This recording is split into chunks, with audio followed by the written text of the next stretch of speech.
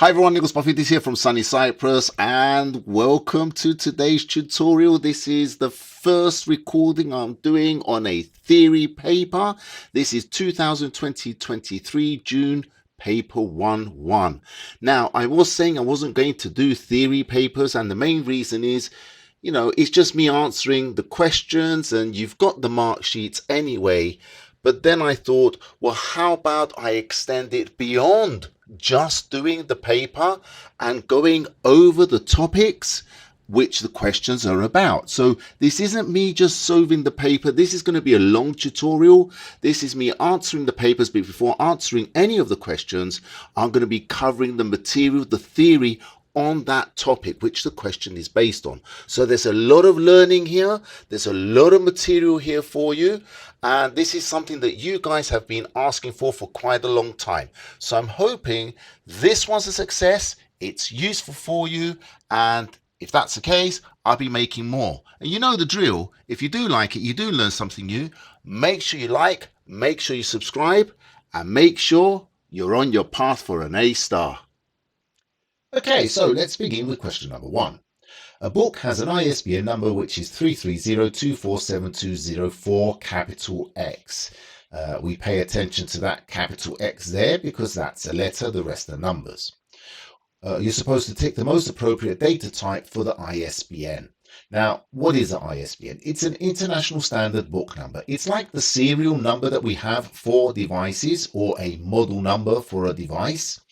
I'd rather go for model number rather than serial number because all devices of the same model have the same model number. And that's the same with the books. If you get the exact same copy of a book, the ISBN number is the same. So if you're trying to find a copy of a book, you're trying to find a book and you have the ISBN number, that's the way you can identify and find the book and guarantee that you've got the right book. So the ISBN numbers for every book are unique.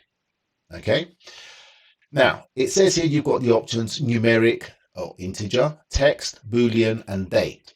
So what are the data types? When we're working with databases, when we're working, let's say, with Access and we're importing a CSV file like we do in paper 2 as a new table, the one thing we do is we set the data type. It tells us to make it either text, a numeric integer with decimal values, currency, boolean, yes, no field, date field. That's the data type, and we have to choose the right data type, otherwise we may not be able to store the data that we want. So in this case, this number here, this ISBN number, is made up of numbers and of letters. So this cannot be a numeric integer. It's not Boolean because Boolean only accepts 2 particular conditions like a yes, no field or true, false. And it can't be a date because this isn't a date. So this has to be a text. It has to be a text because it contains numbers and text. Even if that X wasn't there, I would still go for text value instead of integer because ideally, if you're not going to use a number at any point in time in a mathematical calculation, then we tend to go for text rather than a numeric integer, especially if it's a long number. Okay, but anyway, in this case, we can see that capital letter, it has to be text. Okay, let's go on to question number 2. Okay, here it says identify the hardware from the descriptions given. So let's see all of the hardware first, and then we can have a look and see if identifying them. So we're going to be looking for these key words. Now, straight away, I can see this keyword here. So I'm just going to get my highlighter. A volatile. Now, volatile, just that one word, straight away, I know exactly what device they want. But you see, it reads a volatile internal memory that stores the current instruction. Then the next one is a printed circuit board containing the CPU. So it tells us the CPU and other components of a computer. So this is like a PCB, a printed circuit board, which has the CPU and other things as well. The next one is a printed circuit board that controls the output to a monitor. So here we're looking at something which is going to be giving data to our monitor, the device, our output device, the monitor. And then the last one is a printed circuit board that is installed on a computer so that the computer can be connected to a network. Okay, so these are a basic. There's nothing really too tricky here. Let's have a look. So first of all, let's have a look at the architecture of a computer. So I've got one here for you. This thing here is known as the motherboard. Now, the motherboard is a printed circuit board, and whenever they say a PCB, they mean a printed circuit board. It's these boards that have got all these little lines, the tracks, and where all the electrical signals run through. And your motherboard essentially is a PCB. It's a big PCB. And we can see here, this is where the CPU would go. So it contains the CPU, but it also has many other things that we can connect on the motherboard. In fact, that's why it's called a motherboard. It's just like a baby. If it's not connected to the mother when it's in the mother's womb, then it's not a baby. There's no baby. It has to be connected to the mother to be alive. And for something to work on a computer, it has to be connected to the motherboard. So we plug our CPU here. This area here, these long strips here, these two here, this is where we connect what we call our RAM, our random access memory. Okay? The next thing we're going to have a look at is this chip. This is another little printed circuit board, that one there. Okay, that there, that's your BIOS. That's the BIOS, the basic input-output system. Okay, what else do we have on here? Let's just switch to red. So what else we have is these areas here. This area here. These are the things that we see on the outside of our computer, and these are the peripheral ports. So this allows us, these are Now, these peripheral ports allow us to access or connect things to the motherboard from outside of our desktop, outside of our computer or the laptop. So we don't have to open it up to plug things in.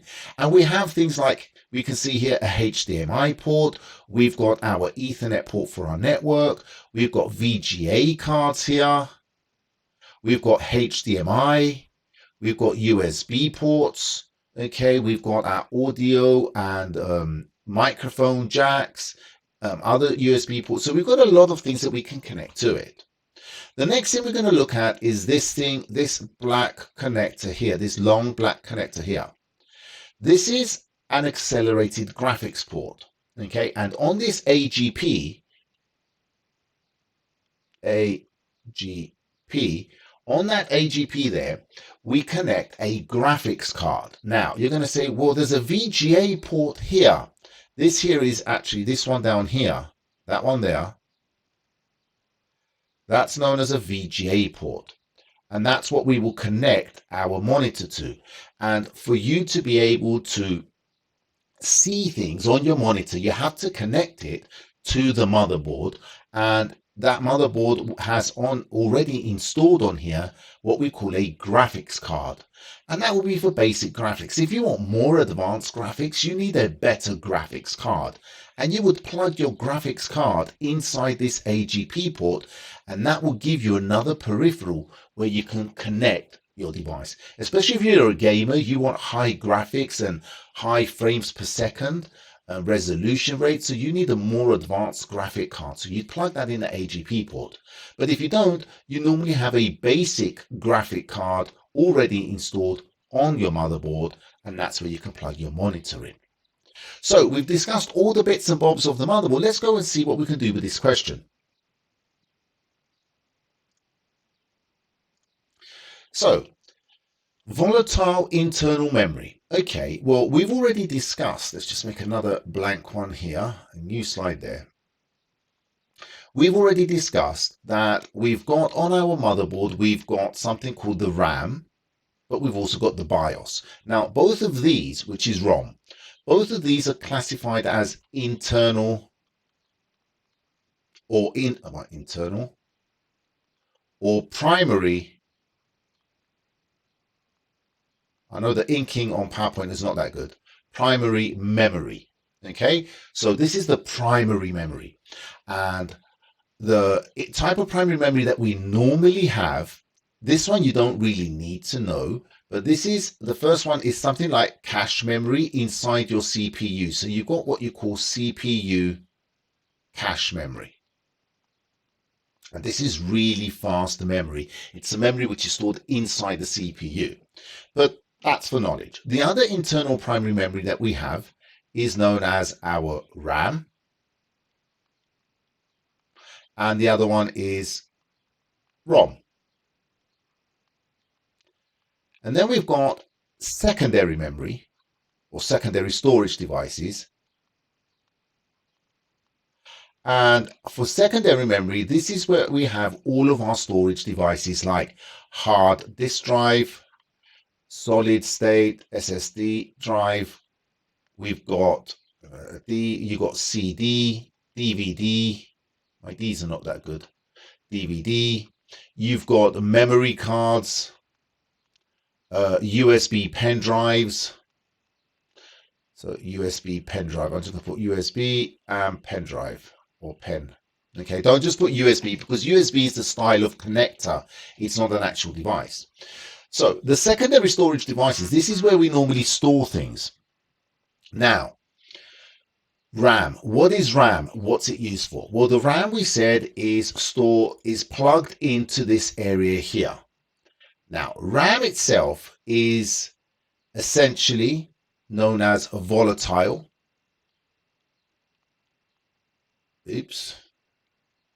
Let me just get rid of that. I hate inking. Volatile.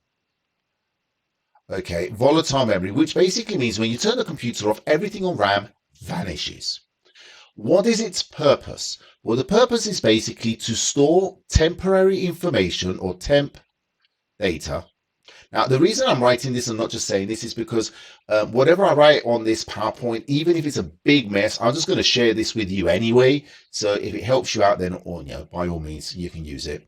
So it's temporary data. And this is usually the data used by open apps or open software. I'm just going to put open software. So when you open something up, any kind of package, then the data on the information which is required for that software to run is stored in RAM. And why RAM? Because RAM is much faster than secondary storage. So RAM is much faster than all of these devices here, secondary storage devices. So it's volatile. When you switch the computer off, that memory has gone. Its use is basically to store information currently being used by the software that is open or data that the user is using right now. Now, usually its capacity is large. So you've got large capacity, but it's not bigger than the capacity of secondary storage devices. So your hard disk drive, your SSDs is going to have a higher capacity than what your RAM has. But RAM has got more capacity than ROM. So what's the purpose of ROM? Well, ROM is classified as non or read-only memory. So this is random access memory. So, and the reason it's called random is because when you switch the computer off, everything on it is deleted and what's inside the memory is always changing. It's random. Every time you open something up, something goes in RAM. ROM is read-only memory. It's classified as a non-volatile, which basically means that what's on there does not get deleted, even when you switch the computer off. Think of the term CD-ROM. When you get a CD-ROM, the data on your CD is never deleted. You can't change it. You can't edit it. It's fixed. This is why it's called a ROM, a CD-ROM. It's a compact disc read-only memory. So your ROM, or I'm going to put here in brackets, what we have on our computer, the type of ROM is the BIOS. Its job is to start up the PC. It's got what we call the bootloader. And that bootloader has instructions to start your computer. And one of its jobs is when you switch on the computer, the BIOS starts up and it will check your motherboard to see if you have a secondary storage device connected to the motherboard through one of the internal ports down here. So these are like your SSD ports where you will connect your hard drive. And it will check to see if you've got a hard drive on there with an operating system. And if it finds one, then it will pass over the rest of the boot sequence to your operating system. If it doesn't find a secondary storage device with an operating system, then it will tell you there's no hard drive or no operating system installed. So it is the initial startup of your computer before your operating system loads up. Its capacity is very low capacity, because you don't need a lot of memory, low capacity or small capacity. Okay, so you only need a very small amount of data. I want to demonstrate RAM to you, or random access memory. So the way RAM works, and I like doing this because it will give you a visualization of how things work. Think of RAM as a pipe, a long pipe. Now, when you open a program up, you send an instruction, so an INS, an instruction, to the CPU to open a program. So the instruction goes to the CPU and it says, for example, open Photoshop. Now, CPU will go to RAM because RAM is fast, and it will ask, have you got the instructions or do you have the files required to open Photoshop? And RAM will check inside this pipe, do I have Photoshop? It says no. So if it doesn't have it, then what would happen? Your secondary storage device, for example, your hard disk drive, will then load all the information to open Photoshop into RAM. And then RAM will tell the CPU, yo, I got the information you need. So Photoshop now is loaded in RAM here. Okay, and CPU says when it's ready, okay, give me the information now. And because RAM is fast, it sends that information to the CPU, and on your monitor you see Photoshop. Okay, now if you close Photoshop and you open it again, another instruction, the CPU says, well, do you have Photoshop? RAM says, yes, I do. Okay, give me the information. Boom, it's much faster. So the first time we're loading something up, it's much slower because it's got to be loaded from the hard disk drive to the RAM, and then from the RAM to the CPU, let's say, or the CPU is there, then gets the information. When you open another program up, let's say you open up Access, Photoshop now moves over here and Access is here. And as you keep opening programs, Photoshop will keep moving along. Photoshop was the first in the RAM, FI, first in. So as you keep opening programs, Photoshop is going to be the first out. And that's where the term FIFO comes from, first in, first out. So let me show you this. If I open now Photoshop and I press enter, let's count together. 1, 2, 3, 4, 5, 6, 7, 8, 9, 10, 11, 12, 13, 14, 15, 16, 17, 18, 19, 20 seconds for Photoshop to load up. Now, that was 20 seconds because it's the first time I opened it, I had to load everything from my hard disk drive. Now that Photoshop is inside my RAM, let's see how long it takes. Ready? And 1, 2, 3, 4, 5, 6, 7, 8, 9, 10, 11, 12, 13, 14 seconds. So that's 14 seconds faster because this time it didn't have to go to the hard disk drive to get the information. All right, let's finish answering this question now because we've got this now. So, volatile internal memory. Well, we know what volatile means now. We know that volatile basically means something that loses its memory when the computer's switched off. And the only internal memory we have that is like that, that is going to be ROM. A printed circuit board containing the CPU and other components of the computer. Well, we've just been looking at that. That's our motherboard, because that's where we're going to put or connect all the devices, and it is a PCB motherboard. A printed circuit board that controls the output to a monitor. Well, we need to connect to the monitor, we need something that's going to drive the monitor, and that's going to be your graphics card. Whether you're using the basic graphics card, which is on your motherboard, or a more advanced one, you still need your graphics card. Okay? So we need a graphics card. The one that we haven't talked about is this one here, a printed circuit board or a PCB that we use to connect to a network. So that's going to be, again, on our motherboard here, we connect. Now, we've already got this device here. Okay? This is our Ethernet port, this one here. And for this thing here to be able to work, there you go, I've got it in yellow there. For that thing there to work, it has a PCB already installed or connected on the motherboard, and it's called a network interface card. So that it can communicate with other devices on the network, it needs to have, well, basically the hardware and the software so that it can communicate with other devices. And that device in networks is the network interface card. So this one here is going to be your NIC. Don't just put NIC, I'm just writing the short term, and that's going to be your network interface card. Okay, we're going to question number 3. A head teacher is setting up a newsletter to send to parents of pupils at a school. She has some photographs saved on storage devices that she needs to place in the newsletter. State 2 communication methods.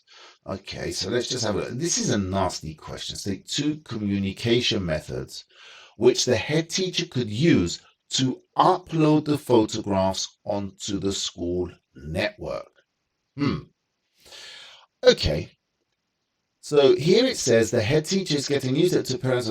She has some photos saved on storage devices. So these are going to be secondary storage devices. And we need to somehow get the information from the secondary storage devices, things like a pen drive, a USB pen drive, a memory card, an external hard disk drive or an external SSD, a solid state drive. She's got some kind of storage, okay? And she needs to get that data, those pictures, onto the network. Now, I don't like the word that they've used here, communication methods. That's just wrong. That is very, very, very confusing, and that's wrong wording for me. I would prefer state 2 methods, just the word methods, which the teacher could use to upload the photographs onto the school network. Well, think about it. If you got pictures on your phone or you got pictures on a USB and you want to put them from your USB onto the school network, how would you do it? Well, the one way would be if it's an external hard drive, then you will connect it, let's say, with a USB port onto your device, and then from there you can copy the files onto the school network. Okay, connect to the school network and copy the files there.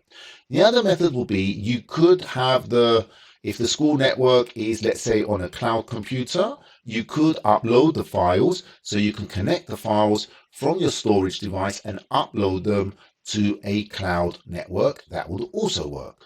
So a very confusing question here. Let's have a look and see what they've also got in this mark scheme. So the mark scheme here, for number 3, it says connecting a storage device to a computer, okay, using a cable. Storage device by Bluetooth. Okay, so that's another one we have. And connecting a storage device cloud by Wi-Fi.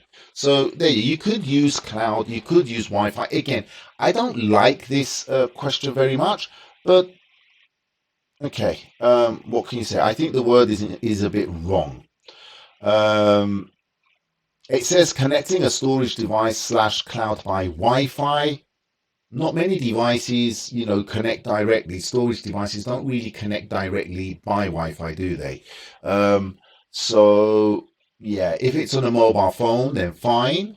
But the mobile phone is not really classified as storage. It's a very confusing question here. I'm not very happy with this one, but it is what it is. So I would probably turn around and just put what I know, how I would go about doing things, and you're going to get definitely get the 1 mark. You probably get the 2 marks if you mention things like upload it to the cloud, or you can use Wi-Fi to plug it into a device and use Wi-Fi to connect to the school network. Anything like that will get you the 2nd mark. Okay, number 4. Well, describe the purpose of a web browser. Now, this is not a tricky question, especially since you've already done paper 3 and things should still be a little bit fresh in your minds. What is the purpose of a web browser? Well, what did we do in paper 3? We were working with web design. We were creating web pages and we were using HTML code and cascading style sheets to create the web page and then modify the design of the web page with CSS code. What do we use to view a web page? Well, what we use is a web browser. So I've got here Dreamweaver, one of the papers opened up here. So this is the one which was on Bobby's Bricks. Yes, the infamous Bobby's Bricks. And this is when we were creating, let's say, a web page. This here is the HTML or the hypertext markup language. This is what's inside the document, the HTML document. So when we go to open a web page, what we're doing, we're accessing the HTML document, and this document has got this code inside it. And this code will also link to this style sheet, which is another piece of script. Okay, some more code. So what's the purpose of the web browser? Well, essentially, its job is to interpret the code or read the code of a HTML document or a web page document and display it to the user as a web page. That's its job. It basically reads the code, and based on the code, it will display the web page to the user. And then the user is able to interact with the web page, click on links, they can navigate their web page, and that's the purpose of the web page. Now, do not use brand names. So do not say examples like Google Chrome, Edge, Safari. Do not use Firefox. Do not use these brand names because this is not a brand name assessment. It's for you to understand what all of these different things do, what its purpose is. And its purpose is to interpret code like hypertext markup language or HTML code or CSS code, and then display the web page to the user. The user through the web browser is then able to interact with the web page. Okay, so I'm going to also explain this one here, and then I'm going to show you my answers. The next one, a company may use an intranet or an extranet. Describe the differences between an intranet and an extranet. All right, so I've got here in my, there we go, the 3 types of, not topologies, so we're not talking about LANs and WANs and WLANs. The 3 types of nets that we have, or networks, are internet, intranet, and extranet. And these 3 terminologies explain to us how accessible a network is, or what is the scope of the network. With an internet, the scope is global. You've got access to absolutely every device worldwide. It's a globe. So when you put your network on the internet, then it's accessible by the public or by the globe. An intranet is a restricted network, and we can see here, this here is the company network inside this circle here. Let's go to red instead. Okay, so inside this circle here, that's the company network. And there is a firewall here which blocks access from the internet to this internal network. So the only people that have access to the intranet are people within an organization. And the example that I like to use is, think of a hospital. All the doctors inside the hospital have access to patient data.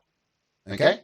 So if we take the internet comparison, the hospital website where you can go and get the information of the hospital, their address, probably book an appointment with a doctor, that part of the network is on the internet. Everybody can access it and everybody can see that information. Now, the information which is only seen internally by the doctors, like patient information, this information is not made accessible on the internet. It is a private organization or hospital network, and it's only accessible by the doctors and the staff at the hospital. That is basically what an intranet is. So it's a network with information, memos. It could be a bulletin board. It could be something which is informing staff about what's going on about in the hospital. It could be access to patient information, but it's only accessible. This network is only, or this portal of information is only accessible within the organization. Now, the extranet. The extranet is in between the intranet and the internet. Okay, it's an intranet, but now on the intranet, we also allow some other external. So this now here is our intranet, okay? And this intranet here will allow some companies access to that intranet because so take personal doctors, which are not in the hospital, but they've got their own clinics, but you are a patient of theirs and you go to the hospital as well. So your doctor has access to that information at the hospital through the extranet, which is accessing the hospital's database with patient information. This is a much more secure network because the doctor will have special access. He will have to authenticate with a username and password, probably will have something like a VPN to allow him to connect. Okay, but it's where we allow access to an intranet to external people which that company or that organization collaborates with. And that will be through security protocols, adding more security to give limited access or authorized access to selected people or organizations. It's not made public. It's the same with government organizations. A government has its own intranet in the individual offices, but within the government offices, different offices can have access to that data. The public does not. That's an extranet. So you've got internet, intranet, and extranet. Okay, here I've also got a table for you which outlines the differences of the three types of networks: internet, intranet, and extranet. It's got the definition, what it is for each one, the type of access. For example, this is public. Oops. This one, intranet, is restricted, and extranet is restricted, but with authorized external users. The purpose, the security type, which is required, and my example, the hospital example here, which you've got. So you've got this table here to refer to. Okay, let's go have a look at my answers for these two questions. Okay, so here are my answers. For the first one, the web browser will read the HTML code contained in HTML document and create the web page for the user to see. The browser allows the user to interact with the web page and navigate it. So I'm using simple language, and this is why I say a lot of you students where you just use the mark sheet and try to memorize the terminology and the words that are in the mark sheet. That's not what they're going for. What you need to do is to show that you understand what it is you're talking about, what it is that you're answering. So you understand what a web browser is, and you can do this in your own wording. It doesn't have to be elaborate wording. Okay? Describe the differences between an intranet and an extranet. Well, we've already seen the table, we've discussed this, so here's my answer. An intranet only allows members of an organization access to information and data held by the organization. An extranet is like an intranet, only it extends its access. I've got here to, but it should be beyond, just beyond. Let's just get rid of that. Beyond the organization to other authorized organizations or persons which will need access to the data. That should be, so let's just put that access to the data. As the extranet gives access beyond the organization, it is more prone to security breaches. And that's normal. When we extend access and we give more people access to data, then we're increasing the security risks. Is that 2 marks? No, it's probably 3. But that's fine. I've shown I've understood what an intranet and an extranet is, and I will get my 2 marks. Let's have a look at question number 5. It says here, state the safety issue that is most likely to occur for each of these causes. And we've got a list of causes. Now, the key word here is the safety issue. Now, in our theory components, let's say in the chapters, we've got the chapter called Safety and Security, and then we've also got a chapter on the effects of using ICT. Now, with safety and security, security is all about protecting your access to your data through authentication methods, protecting your data like preventing people from stealing your identity or getting access to devices or data that they shouldn't have access to. Safety is about your physical safety, your own safety, and there's actually 2 components in this. The one is from, let's say, silly mistakes that we would do when we're organizing our work or as we're working, and the other one is to do with the way that we work. So if we have a look at this picture here, I do like this picture. So this picture here identifies both areas. So here in this picture, we can identify some safety issues, and we can also identify issues with the way that people are working because of ICT. So let's look at safety issues. Here we've got trailing cables. Okay, so cables running across a walkway or pathway or this, that, the other are very dangerous because somebody can trip over them and hurt themselves. Then we've got, actually, let's go with red. Then we've got here drinking next to electrical equipment. That is a risk because it can cause electrocution if you spill your drinks over something which is electrical. So you shouldn't have food and drink. Here we've got more drinks here on the desk. That is a no-no. Then we've got up here, we can see poorly placed items. This actually happened to me in the past. Many years ago, I had a shelf with many monitors on there, the big CRT monitors, the heavy ones. And while I was working at the bottom of the servers, that shelf collapsed on top of my hands. Very painful, but I didn't break anything. So placing things which are not balanced properly on the edge of something or on a loose shelf or something like that can run the risk of it falling down and hurting you. And those are, let's say, here's another one. Here's a common one that most people do in their homes. Overloading electrical outlets. When we overload the electrical outlets, especially when we go beyond the capabilities or the physical capabilities of the equipment we're using. For example, if we've got an extension cable which has got 6 or 7 plugs on it and we connect things with high power on them, maybe the cable running to the extension, to that outlet extension, a thin cable, so those cables are going to get very hot and could break out into fire. This has also happened. I've experienced this 2-3 times. You know, leaving things or a messy room is also a bad one. Okay, so those are the physical aspects. Now let's have a look at some bad habits we have when we are working because of ICT. This thing here, we've got a hunch back here. He's hunching over, it's not sitting up straight, so that's going to cause back problems. His neck here is tilted upwards, so he can be in line with the screen because he's not sitting high enough. That's going to cause neck aches, so you've got back aches and neck aches there, or back problems. Overuse, too many hours without a break, can cause headaches or eye strain.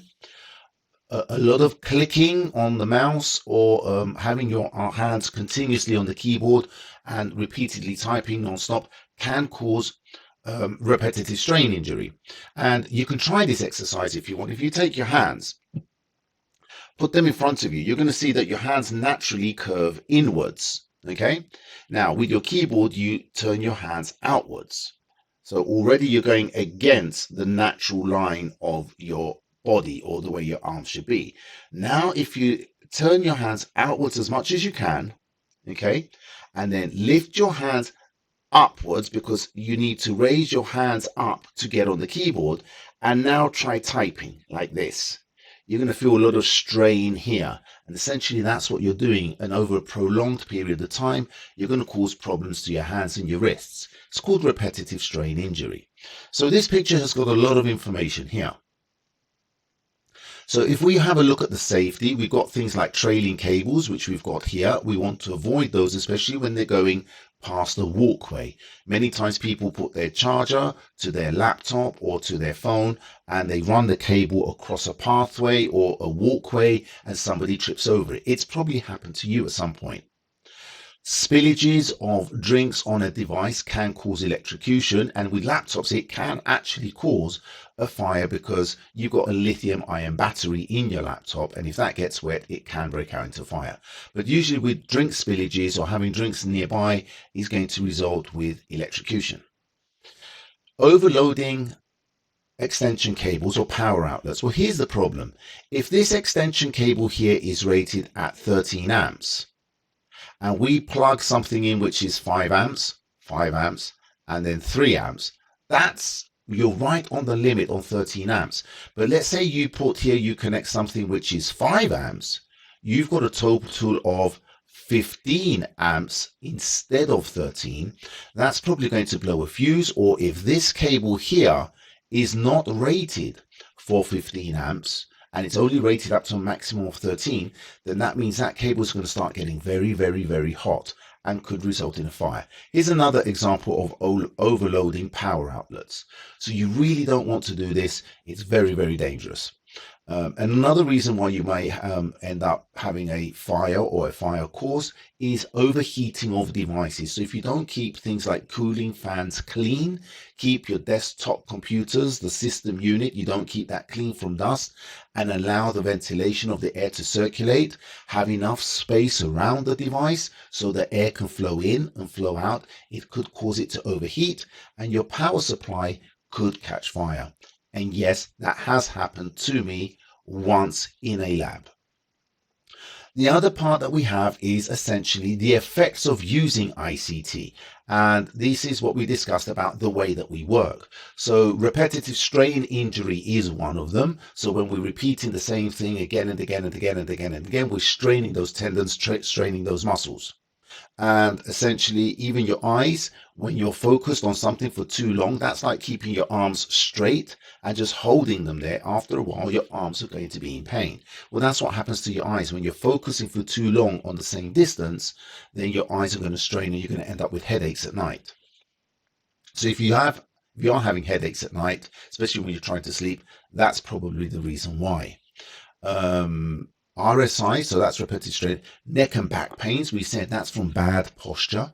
By not sitting properly, you need to have the screen at a nice level, at eye level, so you're sitting straight and your back is nice and straight, your neck is straight, and that will prevent you from hunching down. One of the biggest problems is, people put their laptops on the coffee table and they're sitting there like this, working on their laptop. Headaches, again, this could be from eye strain or overuse.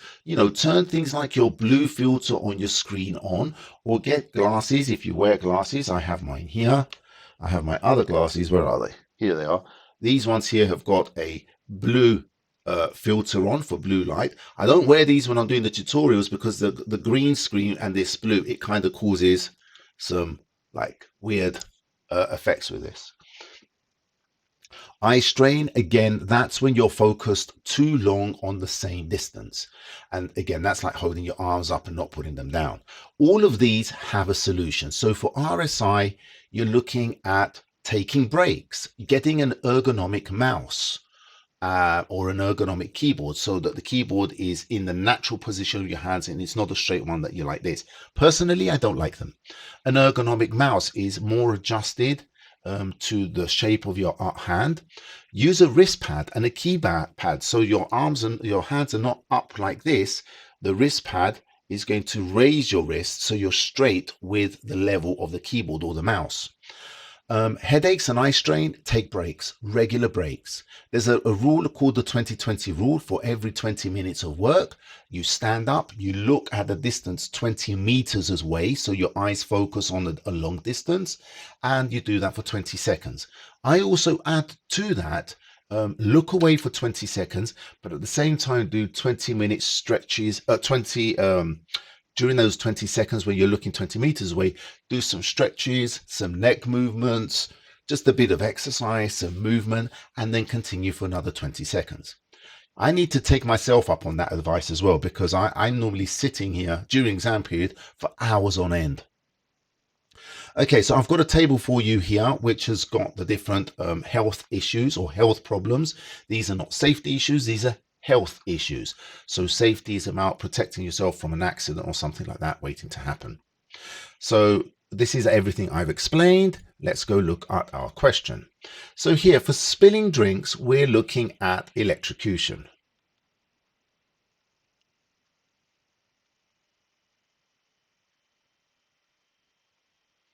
Overloading sockets by plugging in too many devices. Well, we said that if we overload an electrical outlet, then we're going beyond the rating of that outlet and it's going to cause it to overheat. So the issue there is going to be fire. Now, remember, this is a state question. You only need like 1 word or 2-3 word answers. You don't need more than that. You don't need to describe it. You don't have to explain. You just state. Trailing cables across the floor, then here we're looking at a problem of tripping over.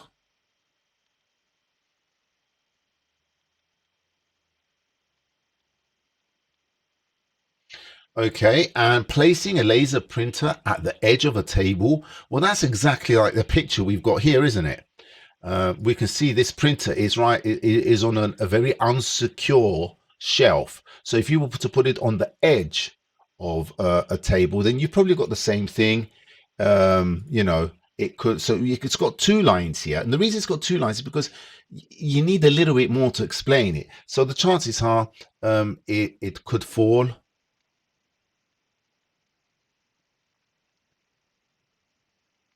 and hurt someone.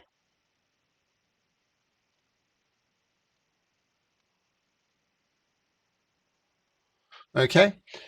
And I've got the mark sheet here as well, so I'm going to bring that in. I can't share the mark sheet, guys. We've already discussed in the live that I did in the recording where I was answering some of the questions when it comes to copyright legislation. I can't really give the material, but this is essentially the answer sheet, the mark sheet. And this is why I say, you know, me just answering the questions is not that much of a help to you. So I thought instead of just answering the questions, which you can get from the mark sheet, well, most of it, I'd rather explain the topic or topics which are related to that question and give you some learning beyond the paper.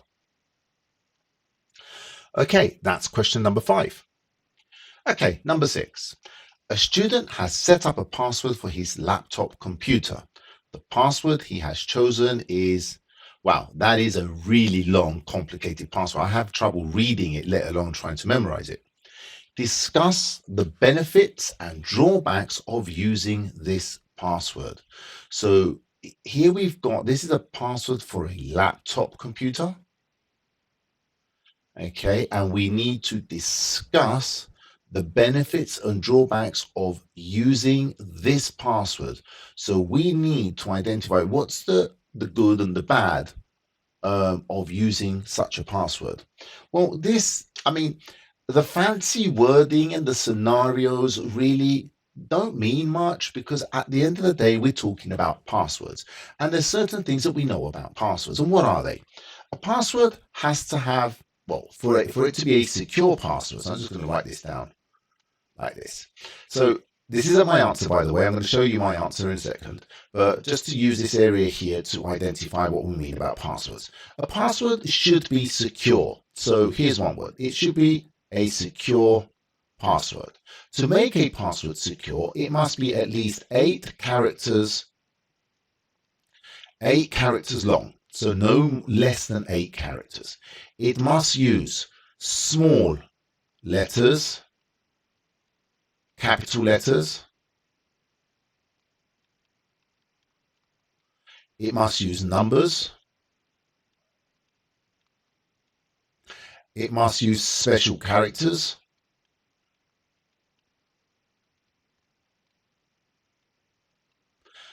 It must not contain so I'm just going to put here, not contain personal details or personal data. For example, your first name, your last name.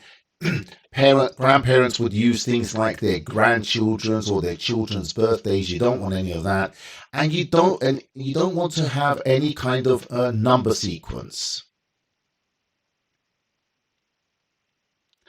Number sequence. And what do we mean by a number sequence? You know, many times people, when they want to just create a quick password, they'll write something and then they'll put something like 1, 2, 3 at the end of it, just so that they've got some numbers. Or they'll put 1, 1, 1, 1 or 2, 2, 2, 4, 6, 8. These make your password weaker. Okay, so this password actually fulfills all of these things. So if you were to say that this password is a secure password because it has this, and this, you're probably going to get half, if not more, of the marks for that. Now, you can't just have, when you're doing a discussion question, you can't just be saying the positive, because then that's not a discussion. That's just identifying all the positives. So the discussion will be to have a look at, the benefits and the drawbacks. Well, what's the problem of something like this? Well, think about it. Relate to you. Stop trying to think about what the question is asking you for. You've probably got a smartphone. You've probably got a laptop or some kind of computer. You've got some kind of device, or you've got somewhere where you've got a password, whatever it is. What's the problem with a password? Especially if it's a very complicated password like this one. The number one thing is going to be, you have to remember it. So a password like this is going to be very difficult to remember. A password like this is going to take you time to enter the password every time, because you want to be careful you won't make any mistakes. Because when it's so complicated, it can get really tricky and you have to look at the keyboard and take your time. So that's another drawback. But because this is a discussion question, you can also say, well, that's going to make it really hard for someone to hack your password. It's also going to make it practically impossible, well, not impossible, but very, very hard for somebody who's shoulder surfing and looking from a distance. When you're typing your password on your keyboard, they're not going to be able to remember or see all of these characters to remember them in sequence. So you're going to make it really hard for them. So the problem with shoulder surfing is kind of resolved. Whereas if you've got, let's say, your name and then 1, 2, 3, that's going to be easy for them to identify when they're seeing you type your password. So only these things here, just the things that we know about passwords, without even looking at the book or the chapter, we're able to answer this if we relate it to our own experiences. And this is what the theory paper is primarily about. Try to relate things to your experiences and write it down. The problem with students is that when you think it's something that you've experienced or that's probably the wrong answer. And you try to deviate from that so you can write what you think the examiners want as an answer, because you've seen the mark sheet. And the mark sheet has got a whole load of things there, some of the things you probably won't even understand. But that's just as a guide for the examiners. The examiners are looking to see whether you can identify 6 things which are correct, which you are discussing in this answer. Okay, so with that said, I've put my answer in the PowerPoint, which I'm going to share with you. There it is there. So essentially I've said the password is classified as a strong password because it is at least 8 characters long and consists of small letters, capital letters, numbers, and special characters. Further, this password does not contain any information about him, like a name or sequence of numbers like 1, 2, 3, 4 or 1, 1, 1, 1. It didn't say give examples, so I'm not going to get a mark for the example, but the reason I put the example is if the examiner does not understand what I mean by a sequence of numbers, then my example is going to make it absolutely clear. I mean repetitive numbers or sequential numbers. And that's why I put that example. I'm making it easy for the examiner to see that I actually understand what I'm talking about. This will make it difficult for someone to guess or hack his password. Oh, I've got a full stop there. Let's get rid of that full stop. Or be able to memorize all the characters if they were shoulder surfing. So again, we've discussed this. The problem is that the student will find it hard to remember the password, and if he forgets it, he will not be able to access his laptop. That's a negative. Other issues are that because it is a very complicated password, the user will have to take more time to enter the password so that he does not mistype the password. Okay. Are there other points? Of course there are. But I've got a well-rounded answer here. I've definitely got 6 marks, I believe, because I identified quite a few things. Let me just show you the mark sheet. And you can see how the mark sheet is totally different to my answer. So where am I getting the marks from? So instead of one, I don't have a point form because it's a discussion question. It's a strong password, so I said it's a secure password. It's hard to crack. I said it's hard for people to remember or to hack it. More secure, so that and that is probably round about the same thing, but they've got it as 2 marks. Okay. Password is long, therefore shoulder surfing is reduced. We've said that. Does not contain personal information, so harder to crack. There we go. Drawbacks. It's easy to forget, as it's got many characters. Well, we said it's easy to forget. Even though it's still strong, it's easy for a computer to crack. Yeah, I disagree with that. That would not be an easy password for a computer to crack. If you were using brute force attack on that, it's not going to be easy. It's going to be quite hard. The user would have to look at the keyboard when entering the password. Okay. Unless they're a very good touch typist, I'm not too happy with that as an answer either, because that's assuming that the user is a bad or just an average typist. The user could be an excellent typist. The user may have to write it down to remember it. Okay, so it's hard to remember. That will be the mark.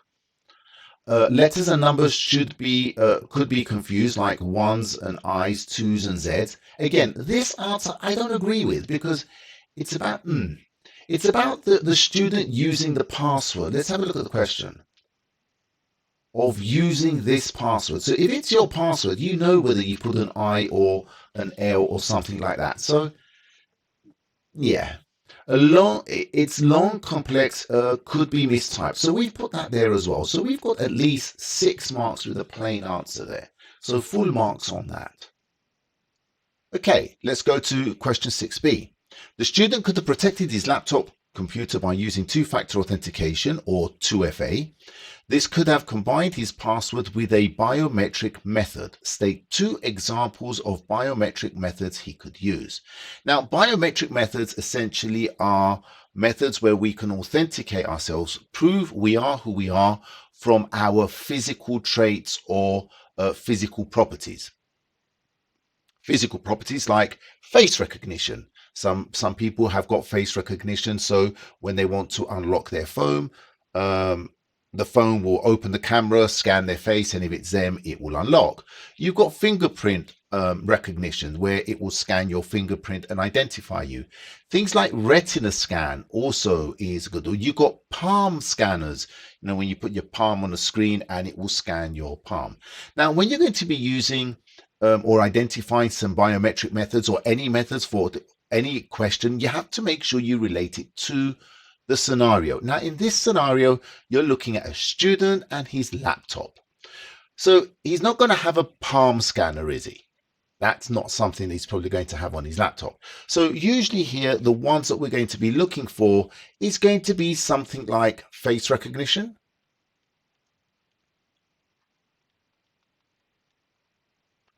And maybe the other one, fingerprint scanner.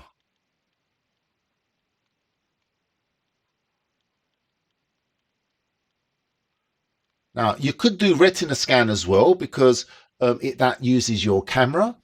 And if you were to have, let's say, a second question, which would be, what is the advantage or disadvantage of using the ones that you have identified? Well, usually with our own physical traits, we don't stay the same. We are aging. So if you're young, as you get older, your face changes. Your fingers, which you use to do a fingerprint scan, may be damaged, may be dirty. You may have cut yourself. You may have had a haircut, or you've changed yourself differently, or you now wear glasses. You've got to remember to take your glasses off so it does face recognition.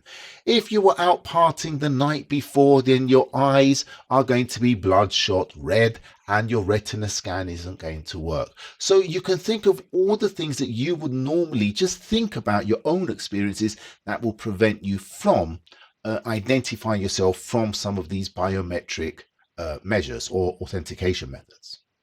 So that was B. Now, question 7A. Now, this one's to do with the systems lifecycle. It says a systems analyst has been asked to carry out an analysis of a company's current computer system. State 3 methods of analyzing the current system. Now, I received quite a few questions about the system lifecycle and a lot of people asking me, can I go over it? So let's just identify what we want here. We want to carry out an analysis of the company's current computer system. Now, this is only a 3-mark question, but I'm going to spend some time on this particular topic to go over the most common concepts of the systems lifecycle and what the most common questions that you will probably be asked on. The systems lifecycle always appears in every paper nearly. So at least one component of the system lifecycle appears. Out of the 6 components, you're going to get one of them. Okay, and I'm going to go over some of the most common things, so at least you've got a good chance that if a question does come up on this topic, you're going to be able to answer it. So let's begin on the systems lifecycle before we actually attack that question. So essentially, the system lifecycle is made up of 6 stages. 6 main stages. The first one is the analysis of the current system, which is where we go and we analyze what the company actually has right now, because you've been called in. Apparently, the current system is not working properly, or it's not sufficient for their needs. The company has grown and they want a new system. So the first thing you're going to have to do is go and analyze that new system and see what it is that system can actually do, what it can't do, what it is struggling to do, where the problems are. Sit down and talk with the owner and say, what is it that you want the new system to do? Because you don't just want to tackle the problems or the limitations of the current system. You want to create a system that's going to take them at least 10 years forward. So maybe there are things that they would like to be able to do now because things have changed and they can't. You're going to have to discuss all of these things. The next part is actually designing the system, and the designing the system, I'm going to go through these in detail in a second. But as a short thing, the design is the part where we design. Think about access databases in paper 2. We design a database, we create a form, we create reports, we create queries, we create extracts, we create labels. So this is all about designing a database or designing a new system and making it produce the data or the information that we want, or produce the outputs that we want. We're creating input forms to make it easier to add information into that database. All of that is the design. And when we design it, we're looking at the data types, we're looking at the different field names, we're looking at validation rules that we're going to be adding. That's the part of the design. Testing. After we've done the design, we need to test the system to make sure that it's all working before we actually give it to the owner, and then they figure out that there's a whole load of mistakes. We need to test it. And the way we test it, what are we going to test? We need to make sure that all the mechanisms that we have put into place, they actually work. So if we've said that it's a grading system for a school, and they're going to be entering grades, then that's fine. You're probably going to be grading out of 100. So if somebody puts a number which is more than 100, well, it shouldn't allow it. So you're going to test that by putting numbers which are greater than 100, and it should prevent you from doing that. And we're going to be looking at that as well. System implementation. So once we've actually created everything, everything's tested and we know it's working, we now want to implement the system. How do we implement it? Do we stop it one day and jump to the new one the next day? What is the risk of losing data if your system fails? We need to think about training. How we're going to train people. Is it important? Is it extremely important that data is not lost or delayed? Or is it absolutely imperative nothing is lost? Let's say a bank system. So you need to think about these things and decide how you're going to implement afterwards. Documentation. Well, you also need to leave the person or the company some documentation. A user manual is usually the first one, which is gives people information about how to use your new system. And then you've also got the technical manual when you're going to have people like technicians. If there's something wrong and it's not working, they need to go, for example, let's say a validation rule would not allow a quantity number of more than 100, but now you want to order something which is 150. The user is getting an error, but the user doesn't know what a data validation rule is. The technician does. So when they get the technical manual, they will see, for the quantity field, you're only allowed up to 100. That's why it's giving the error. So they will go and change that validation rule. You don't expect that from your user. And finally, you're looking at your evaluation, and that's to evaluate basically what you have created with the new system, what it can do. And that's where you're going to compare it to what you did at the very beginning, where you've identified the requirements of the new system when you were doing your analysis. Have you met all the requirements that you have set out at the beginning when you evaluate your system after you finished it? So that's the general synopsis of the system lifecycle. So let's have a look at and show you what I've given you. First one, the analysis of the current system. Now I'm going to go over the topics which are usually questions. Okay, so one of them is usually describe the analysis of a new system, and that's what our question is all about. We've got 4 different ways we can do this. First analysis is observation. Go there, sit, see how people are working, observe what they're doing, and identify the weaknesses. This gives you a hands-on view. Interviews. Now, when you interview people, you sit down and you talk to them and you ask questions. And the good thing with an interview, a one-to-one interview, is that you can actually divert your question based on their answers. But sometimes people are scared to answer. They're scared because they think that you might go and tell the boss that, you know, it's somebody else's fault or there's something wrong with the system. So they will just say that everything's perfect. So there's goods and bads, which I've got here for you. The problem with interviews is it takes time, and you can't interview absolutely everybody if it's a very big company, especially if it's a company in different locations or different regions or different countries. Questionnaires. Questionnaires are fantastic because the questions are fixed. The answers have to be based on those questions. So it's easy to generate analysis of data based on forms or questions that you receive, the answers that you receive. For example, are you satisfied with your job? And you've got a scale of 1 to 10, well, everyone puts something, and you can create a chart and get an average of satisfaction.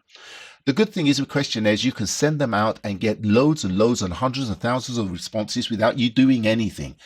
The other good thing is some people in the business, they may work late hours, or they may not work there. They might be delivery drivers. It's hard to set up an interview for them. So they can just go fill in the form and you can collect that information. If they're in a different country, again, you don't have to travel to all these different countries for the different branches to interview everybody. So normally you would interview key people like the boss, managers, middle managers, and this, that, the other. And then you probably give questions that probably interview a handful of employees as well. And then you probably rely on questionnaires. Existing documents. You want to analyze what documents are they currently using. What are they using to collect information? For example, a school is collecting school applications for people to go to the school, new students. How are they collecting that data? Is it handwritten?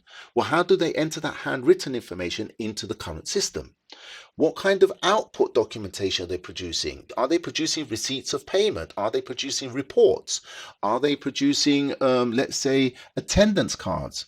So you need to see what they've actually what they're actually using to create data, collect data, and how they're actually producing documents as well, because your new system has to be able to do that. Once you've done this analysis, you're going to create this thing here, the requirement specification. And once you've done your analysis, you're going to sit down with whoever's hiring you to do this new system, and you're going to say, look, this is what I found out here. And when that person, he's going to turn around and say to you, right, well, I want the new system to be able to resolve all the problems that we've identified here. And I also want it to be able to do this. And you sign off on this. They sign it, you sign it, and that is your contract. Your final evaluation at the end should meet all of the requirements or the targets you set at the beginning when you were doing your analysis. So that's the analysis. You need to know advantages and disadvantages. Okay? Okay, design. So once you've done the analysis, you start with the design. Now, with the design, think of access. When you're doing design, always think of access, because that's essentially what you're doing. You create the field or data structures, the field names. Remember, field names have to have no spaces. They have to be short. Then we create the input formats. How do we collect data? Is it going to be an electronic form, like a data entry form that you've learned in Access? Are you going to have automated data entry, for example, barcode scanners? Maybe people clock in the job when they go with a fingerprint scanner or a retina scanner, biometrics. Are you going to be entering other information using automated data entry like optical mark recognition? You may be doing optical character recognition by scanning their ID card, and then it will identify the characters and record that information automatically, making it much faster to enter data rather than having to type things out. They may have RFID chips. Look at the live stream that I did, that video. I talk about RFID and explain how it works. And I gave the example of, instead of scanning things with the barcode when you go to a supermarket one by one, if all the products have got an RFID chip, then you just go through the RFID scanner with your trolley and it will scan all the items in your trolley in one go. Output formats. What are you going to produce? Are you producing, you have to design the output formats. Let's say the receipts or whatever it is that they're going to produce, you have to design those.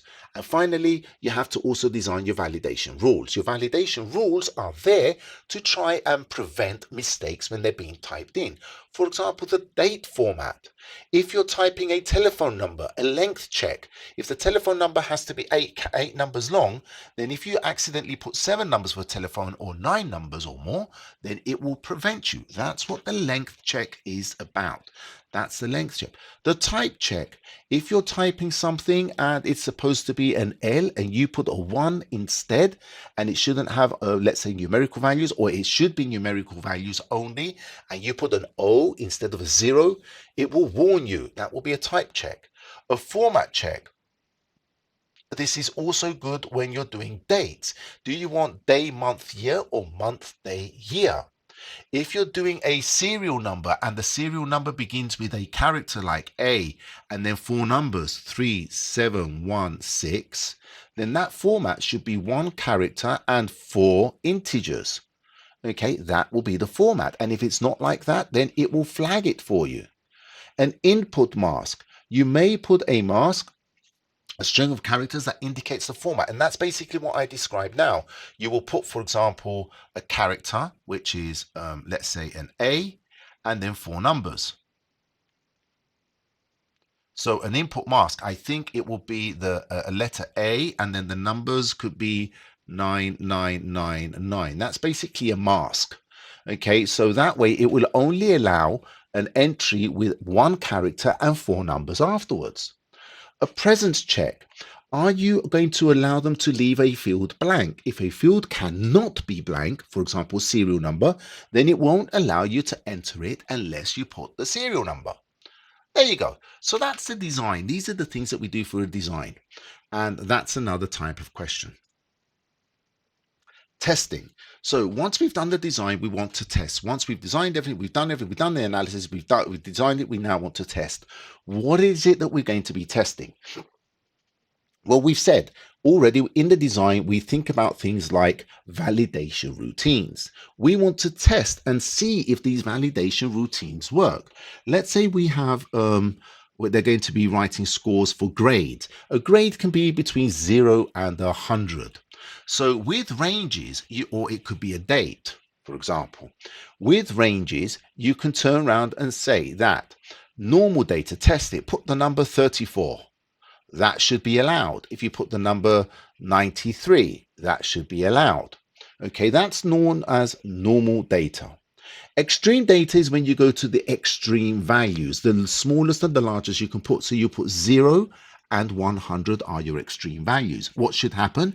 It should accept them because we want 0 and 100. Those are your extreme values. And then abnormal data, add anything which is abnormal or shouldn't be allowed. For example, 233, that shouldn't be allowed. Minus 10. If you write, for example, the word hello, you put text instead of a number, that should not be allowed. So these are things that we do to test ranges. Other tests that we do are all the tests that we did for our validation rules.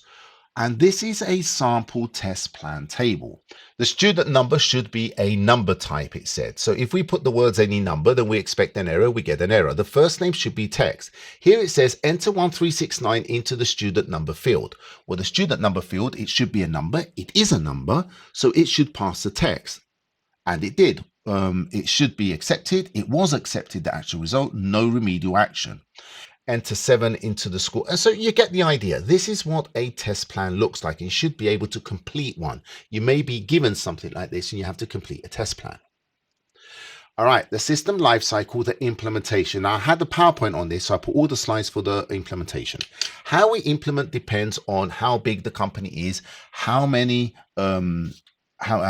locations they have, how many branches, and how important the data is. In other words, if it's a small kiosk and they lose, I don't know, they lose, let's say 2, 10, 20, 30 entries of chips or whatever, they can enter those manually afterwards. If it's a bank and you lose 10, 20, 30 transactions, that's a no-no. That can't be done. So this is what's going to decide how you're going to implement the new system. So you've got 4 methods. You've got direct changeover, phased implementation, pilot running, and parallel running. The question that you will normally get if you get something like this is they'll give you a scenario, they'll give you some information, and you have to discuss what the best method or would be to implement the new system. And you have to argue both ends. There is no right or wrong answer. There are only valid, justified answers. And if you justify it, then it's going to be a correct answer. So the first method is direct changeover, and that's where we have our old system, and at some point in time we stop using the old system, we start using the new system. And I've explained here when this is advantageous and what's the disadvantages for it. So this is good with a small company, one location, not so many people, probably doesn't have too many entries at some point in time. If something goes wrong, you could probably just go back to the old system until you fix the new system and just add all the transactions that you've missed. Training is harder because you've got to train people on the entire system in one go. Parallel running. So this is where you've got your old system running here, and there's a point in time here when you're doing the same thing 2 times. So you're using the old system and the new system together. This is a lot slower. It's a lot more demanding on the staff. It's double entry. You're doing double the work because you have to do things 2 times in the old system and the new system. But this is the best way to ensure that no data is lost. There is 0 chance of losing data, because even if your new system crashes here, you're using the old system here anyway. So you're recording everything twice. And only once everything is proven to be working well, you stop the old system and you only now use the new system. Now, again, training is difficult. I've got some information there because you've got to train the entire staff on the entire system while they're working, and it's harder to deal with problems because if there's a problem with the, let's say, the application system, that will probably cause a problem in the finance system, so on and so forth. So that's that. Then we've got phased implementation. Now, this is where we have the old system first, that's here. Then we start using parts or some modules or most of the modules from the old system, and we only use the one module from the new system. And then slowly, once we resolve all the problems of that one module, we then add another module and reduce the modules of the old system. So think about the school. You could start with the application system only using the new system, but the finance, the reporting, the attendance, they use the old system. Any issues with the application system are dealt with, and they are only focused on the application. This makes it easier to train people as well, because you only have to train them on one module. Once all the problems have been resolved, you then say, okay, we finished with the application system. Now let's start looking at the finance system. So we stop using the finance system in the old system, we start using it in the new system. Now we can now only deal with the finance, only train the finance people and only resolve the issues for the finance system. This is the longest method, but it is the safest method. It's the easiest method, let's say, to train people. But at the same time, there is a small risk of loss of data, because when you're switching over one complete module. So if something goes wrong with the application system, the one that you're using the new system on, then if something goes wrong, you could lose data on applications. Your finance, your reporting and attendance are fine because they're using the old system. Pilot running. Now, pilot running, this is where if you've got different locations, you can pilot the new system in one branch only. So let's say you've got 2-3 sites, then you can pilot it in one site, and the rest, all the other sites, they use the old system. Now, normally you would do this with a branch which is a little bit smaller, or an office which is a little bit smaller, because there are less people there to work with. It's easier to train a smaller group. The rest of the company, the rest of the branches, they use the old system. Now, once you've resolved all the issues, then you can get all the other branches to go to the new system. The good thing with this is, once you've trained everybody at this branch or this site, then these people can be used to train the people in the other sites, and that reduces the costs of hiring you and your technicians and your people to be training them. So it's cheaper for the company as well. Now, for this particular branch, though, there is a higher risk, as there's no backups for that branch. So if data is lost for that particular branch or that office where you're doing the pilot, then that is a risk. Okay, here I've got a list of the advantages and disadvantages of each. And the last one here is the documentation. So I've got the list for you here, what's included normally in a user documentation, what's included in a technical documentation, and the purpose or audience. So usually a technical documentation are people that understand the back end of what was designed. Let's say the tables, the fields, the data types, the validation rules, the structure, the routines, the programming, all of these things on the design level. That's who will get the technical documentation. The user documentation will normally have things like how to install it, how to run it, the minimum requirements, instructions how to do the task or how to use it. And this is for the end users, the people that are going to be using the system. Okay, that was a crash course into the system lifecycle and part of the most common ones. So state 3 methods of analyzing the current system. Well, we've discussed this already, and one of them will be observation.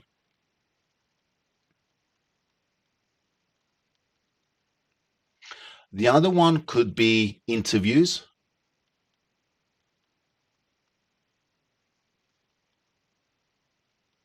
And the other one could be a questionnaire.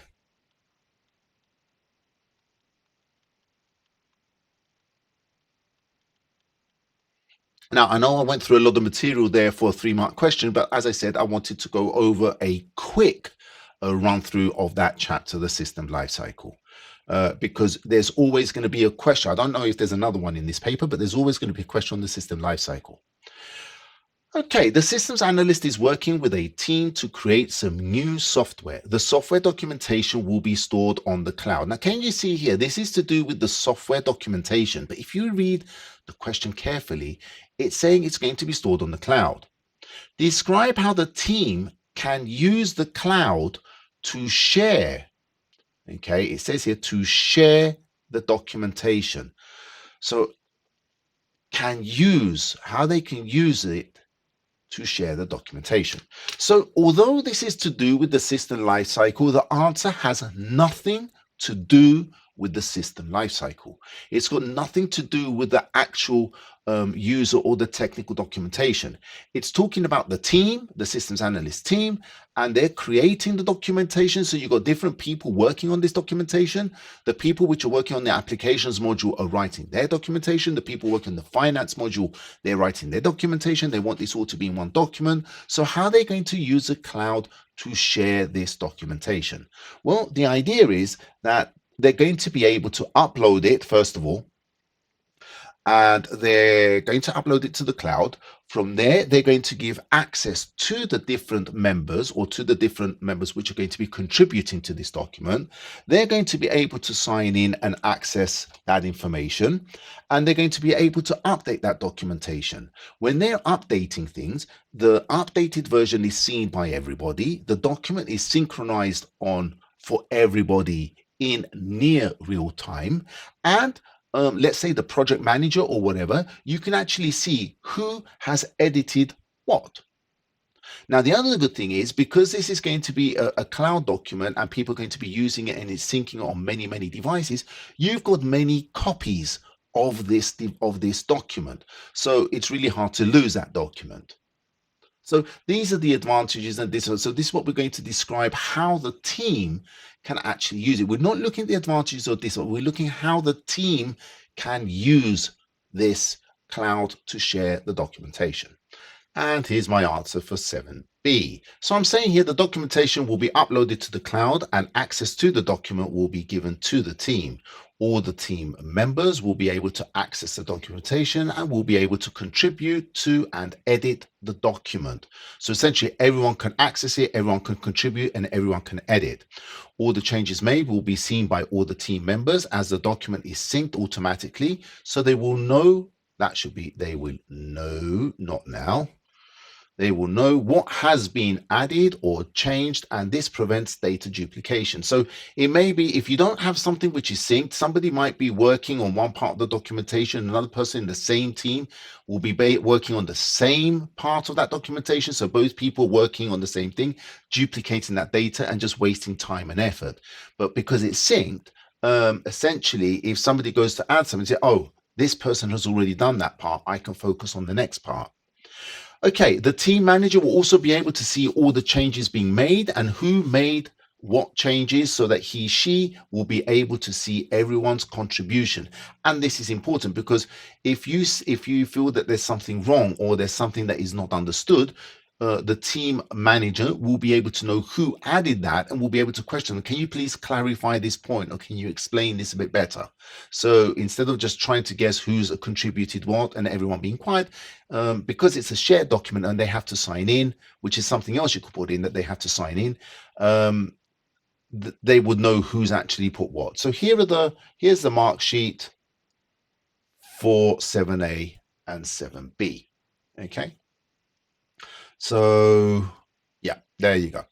Okay, question 7C. Now, question 7 is a really, really long question. You can see this is a 6-mark question. We had a 4-mark question. We had the 3-mark question. This is 14 marks for question 7. And each part, A, B, and C, is on a different topic. Although it's still talking about the same team, the systems analyst team. It's not about the systems life cycle. Only that first one really was. So this one says members of a team can use video conferencing to join business meetings from different locations around the world. Describe giving reasons. Describe giving reasons. 3 disadvantages of using video conferencing for business meetings rather than meeting in person. So you only want the disadvantages, and it wants describe. Now, when you're doing describe, then you're looking at it wants reasons as well. Now, this particular one, you're looking at probably a good reason and an example. Okay, so you need to give reasons three disadvantages. So since you only need to identify 3 disadvantages and there are 6 marks, it's clearly stating only 3 disadvantages, then the other 3 marks are going to be the examples that you are using.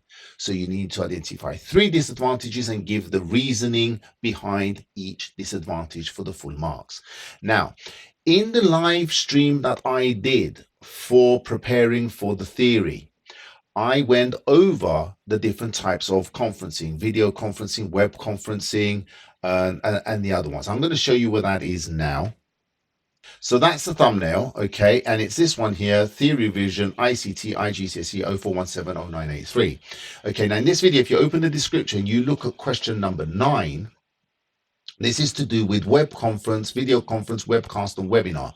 So, and I go over what the differences are. And down here, you can download the PowerPoint for that, where I give you all the resources explaining what the differences are, the advantages of web conferencing, the advantages of video conferencing, webinars, and so on and so forth. Okay. Now, I'm going to add those slides in this PowerPoint now as well. So you've got that in this PowerPoint for this tutorial also. But this tutorial, this video here goes over everything in more depth. Okay, so here we are back in our presentation. I've added the slides from the presentation from that live stream for regarding web conferencing and the different types of conferencing. So just to go over this quickly, we've got 4 types, and you need to know, as I explained in that other video tutorial in the live, for that particular question, question 9, you need to know the differences between web conferencing, video conferencing, webcast, and the webinar, what the advantages are, the disadvantages are, and what it is in that meeting or that stream that classifies it that way. For example, we've got here a slide which goes over web conferencing, and here web conferences is usually, you know, a smaller group. You've got fewer presenters and they're able to share and talk and share screens, presentations, slides, and there's a chat with the audience. And essentially that's what web conferencing is. Then you've got video conferencing, which is our topic right now for this question.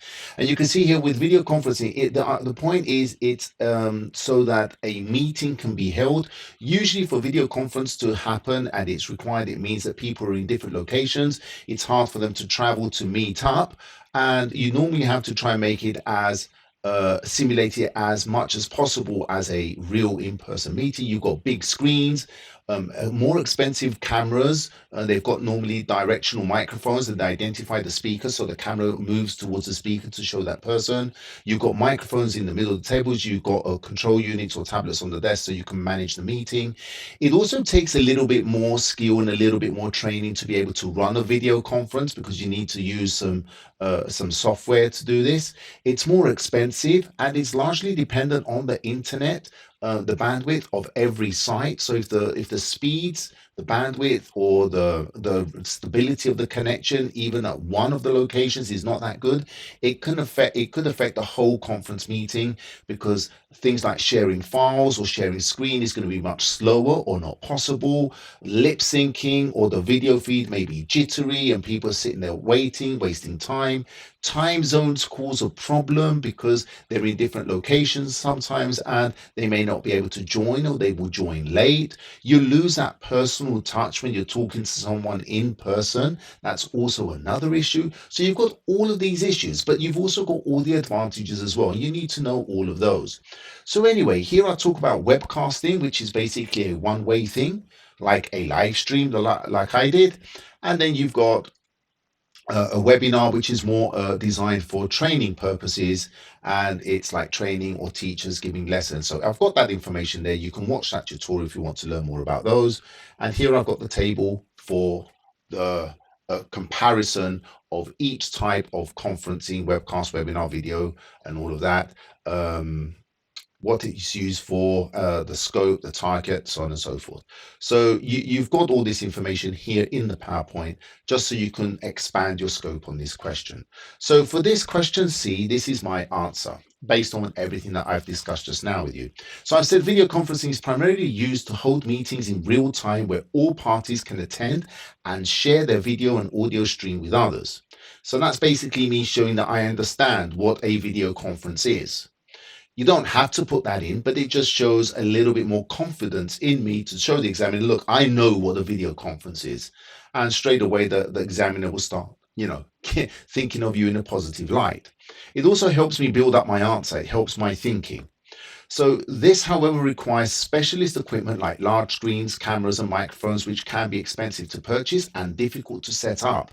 So I've actually got 2 marks here because I'm actually talking about 2 things with that one example. You've got all this specialist equipment, but at the same time, it's expensive, and also you're probably going to need some specialist people to set all of this up. You're not going to have your average person being able to set all this up. It's not like just using your laptop and just connecting to, let's say, an online meeting. The home meeting is primarily dependent on the quality and bandwidth of the internet connection at all locations, as bad quality connection and slow speeds can result in jittery video feed and slow uploading and downloading of files being shared, or even the screen being shared. So if the internet speeds and the reliability is not good of the connection, then you're going to have all of these issues. So there's my other disadvantage.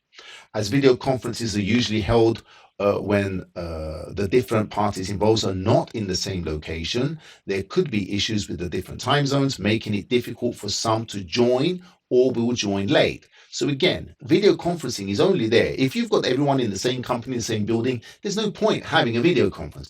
We only do this when, some people are not in that vicinity, that location, or they can't come to work, or they're in a different country. But that does cause time zone issues if they're in different countries, because it might be 2 o'clock in the morning for someone. So they may miss it, they may be tired, they might join in late. Okay, so those are just 3. There are many more, which I've discussed. And here's the mark sheet for 7C, and that completes question 7. So you can see here it says 3 matched pairs, and that makes sense because it only wants 3 disadvantages with reasons. So each disadvantage and each reason for that disadvantage is an answer. Okay, it's going to be a mark because it's 6 marks. Okay, here we are, number 8. Now, compare optical mark readers, OMRs, with optical character readers, OCRs. Your answer must include similarities and differences. So here we've got a compare question. Okay, so we need to compare 2 devices. In a compare question, we need to find the similarities between 2 items, and then we need to list the differences of 2 items or more, but in this case only 2. This is a 6-mark question, so we need to find similarities and differences.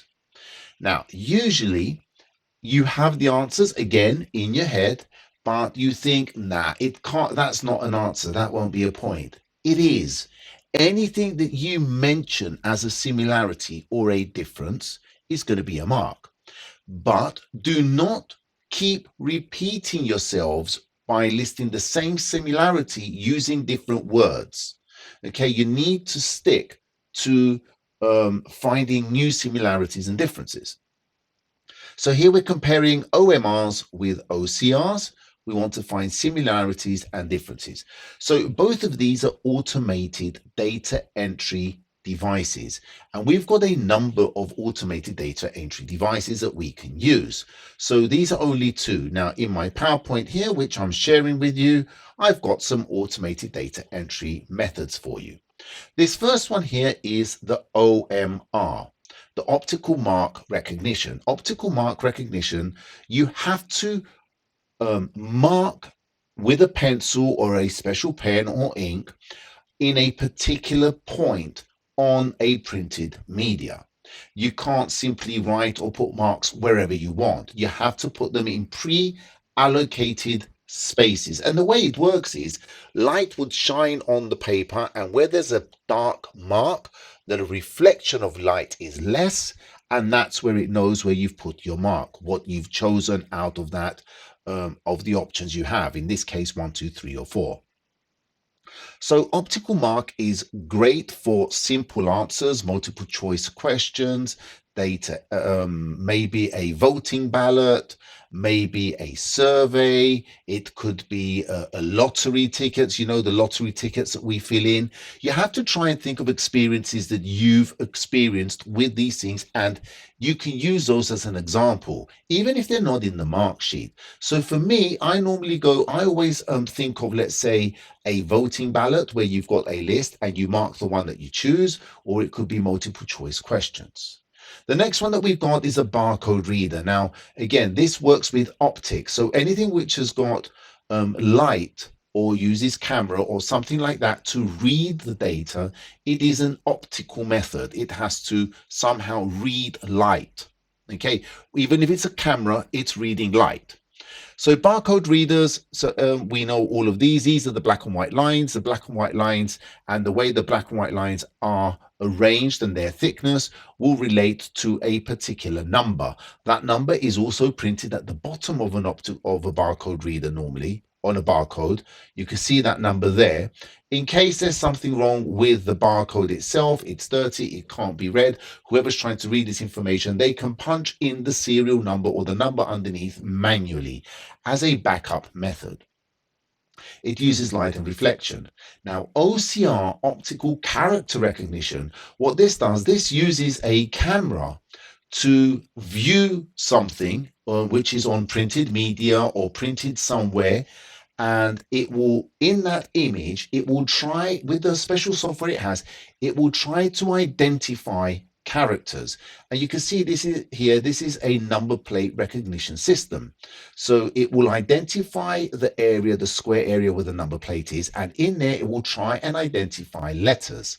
When it sees those letters, it tries to compare those letters and identify them, and puts these letters either directly in a database, it can record them, or if it's a whole passage, let's say a whole document, you can take a picture of it and put it through OCR software, and it will identify all the text and put it in an editable format for you in a word processing package. So you can then go and edit the text. You might get a question like that. You might be asked, what's the difference between a photocopy of a document and you using OCR on a document? The photocopy will make a copy, but you can't edit the document. With OCR, you can scan the document, it will identify the characters and export them in a format where you can edit the text in a word processing package. So the amount of data that you can probably scan, or not probably, that you can scan or identify with OCR is much more. You can identify a whole lot more data. Identifying text with OMR is going to be very, very difficult because you're going to have loads and loads of lines of the alphabet and you have to keep selecting which letter you want for each letter of each word. QR code readers, these are quick response codes. These are fantastic to give quick information, links to URLs, automatically installing Wi-Fi codes so you don't have to give the codes. So these have got a very large use as well, because there's quite a lot of data that you can put in the QR code. You can put up to, I think, 256 characters in a QR code. You could put URLs, you can put links to documents, you can put an address, you could put a pin to a location in a map. So all of these things, and it's really easy to use. You simply use your camera on your smartphone and it will identify what the person has encoded as text or a URL on that QR code. Other ones that we have, RFID. Now I've gone through RFID in great detail again in the live stream which I did, and I was answering some questions. There was one on smart devices, on RFID, and I gave examples how RFID works. It's towards the end of the video. If you look in the description of that video, you'll find where I'm talking about RFID. This was actually a question from one of the people, one of you guys that attended the live.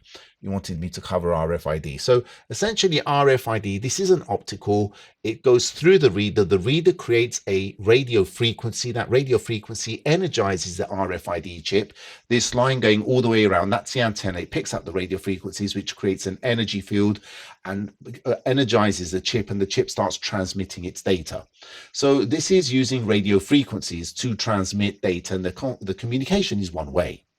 We've got magnetic stripe or magnetic strip card and reader. So this is the magnetic strip, and this has got a piece of magnetic tape, and we record data on that tape. Now, the amount of data we can record on there is kind of limited.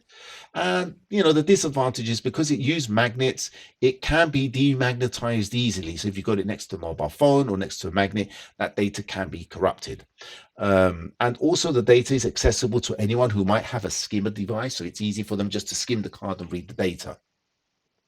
Smart cards, well, smart cards have got a little smart card chip. They've got a little microchip on there. The data is stored on there. It's got higher encryption, more security, and you can store more data than what you can, on a magnetic strip. Okay, I've got here for you a small table which basically gives you common use of the different methods of automated data entry and the key advantage of each one. So let's look at our answers. So here we go. Here's my answer for this question. I thought both OMR and OCR are automated data entry devices. Let's just correct that. And both can enter data at high speeds with accuracy. Well, that's the whole point of automatic data entry. So this is a similarity of both. They can read data accurately and they can read it quickly, much faster than you entering it manually. Both can read data from physical media like printed documents. So both of them read information from a physical medium. What do I mean by that? Well, if we look at RFID, it's reading information which is in a digital medium. The data is on this microchip on the RFID. So it's not something that we can see in the physical world. Whereas with OMR and OCR, we can actually see this data in the real world and we can actually read it ourselves. But now we're finding a way to record it manually in. And, there's loads of uses for OCR as well. You might have them on read somebody's ID card. So this is data we can actually see and it's in printed form and it can read it. The same with barcodes and QR codes. These are printed on media. Whereas when you go to these devices, RFID, magnetic strip, and smart card, these are not automated data entry systems that read things on printed media. They're on digital media. They're in digital form. Okay, despite the similarities, there are very different methods of data entry with advantages and disadvantages. So they have the similarities, they have their differences. OMR is able to read optical marks, which are generally created by the user. The mark must be placed in a specific place for it to be read, and it must be accurately filled in. So if you do not complete, when you're doing your mark, you don't fill the complete area, then it may not identify it. Okay, so you have to be very careful when you're filling these things in with your pencil. Unlike OCR, OMR cannot read text, making its use, I'm going to say, which makes its use more limited when entering data. So again, with OMR, you can only import or read small amounts of data, just things that people filled in. Because OCR can read text, the data it can read can be more complex and allows the user to modify the text that has been imported into a word processor. So again, we can import more data, more text, and that text can then be modified. So let's have a look at the mark scheme. Actually, let's answer the next question as well, because it's a two-part question. Where is it? Yeah. The second question, number 8, is this one. Identify 2 uses of optical mark recognition. So what I've put for my 2 things that I've identified, I've put multiple choice questions. Those are very, very often. So I'm relating to things that I know. And I've put here a voting ballot. So when you're going to be voting, you can use OMR. The user can actually, scribble in the area, fill in the area that they want to select. So use whichever ones you want. Now, looking at this mark sheet, I'm not too happy with this mark sheet, to be honest. This one's okay. So this is the first one. You've got to take similarities from here and differences, and these are pretty much okay. I'm happy with these. What I'm not happy with is this question, this one here, where it asks you 2 possible uses for OMR. It's actually got listed here, barcodes and QR codes. This is wrong. So lottery tickets, yes, that's a good use for OMR. Multiple choice forms or questionnaires, yes. Attendance registers, yes. But barcodes and QR codes are not optical mark recognition. They're totally different.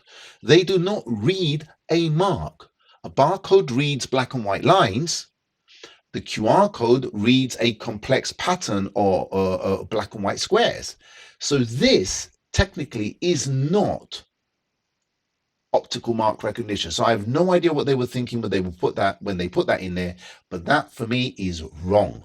So again, this is why I say just reading these mark sheets and memorizing them is not the best way to study, but understanding what it is that you're answering is the important thing.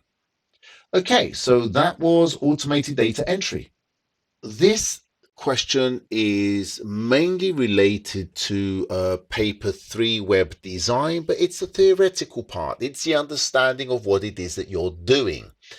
Now, let's read the question first. So absolute and relative file paths are used in the content layer when creating a web page.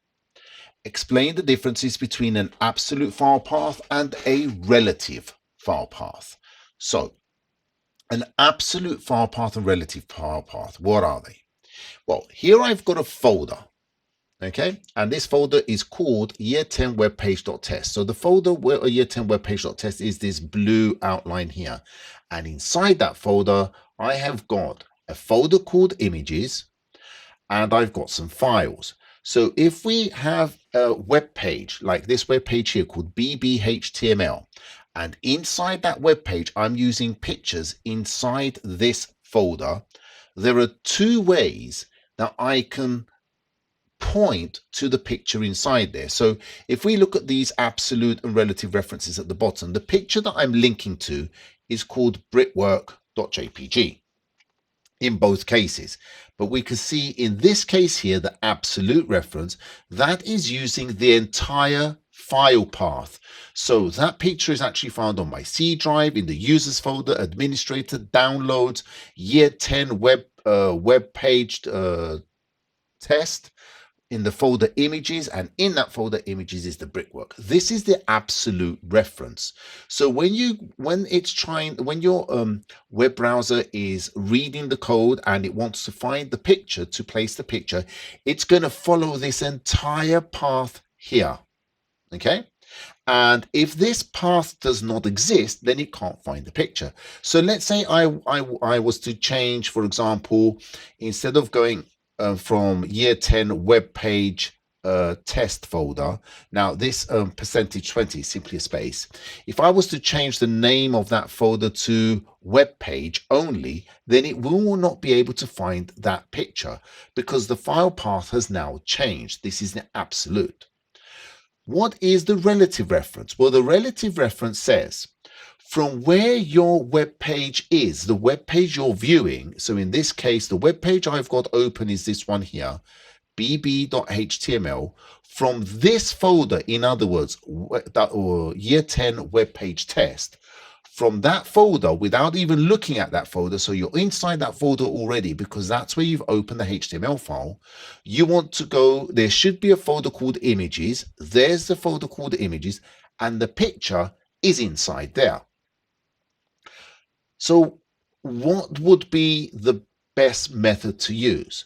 Well, the best method to always use is a relative reference. Why?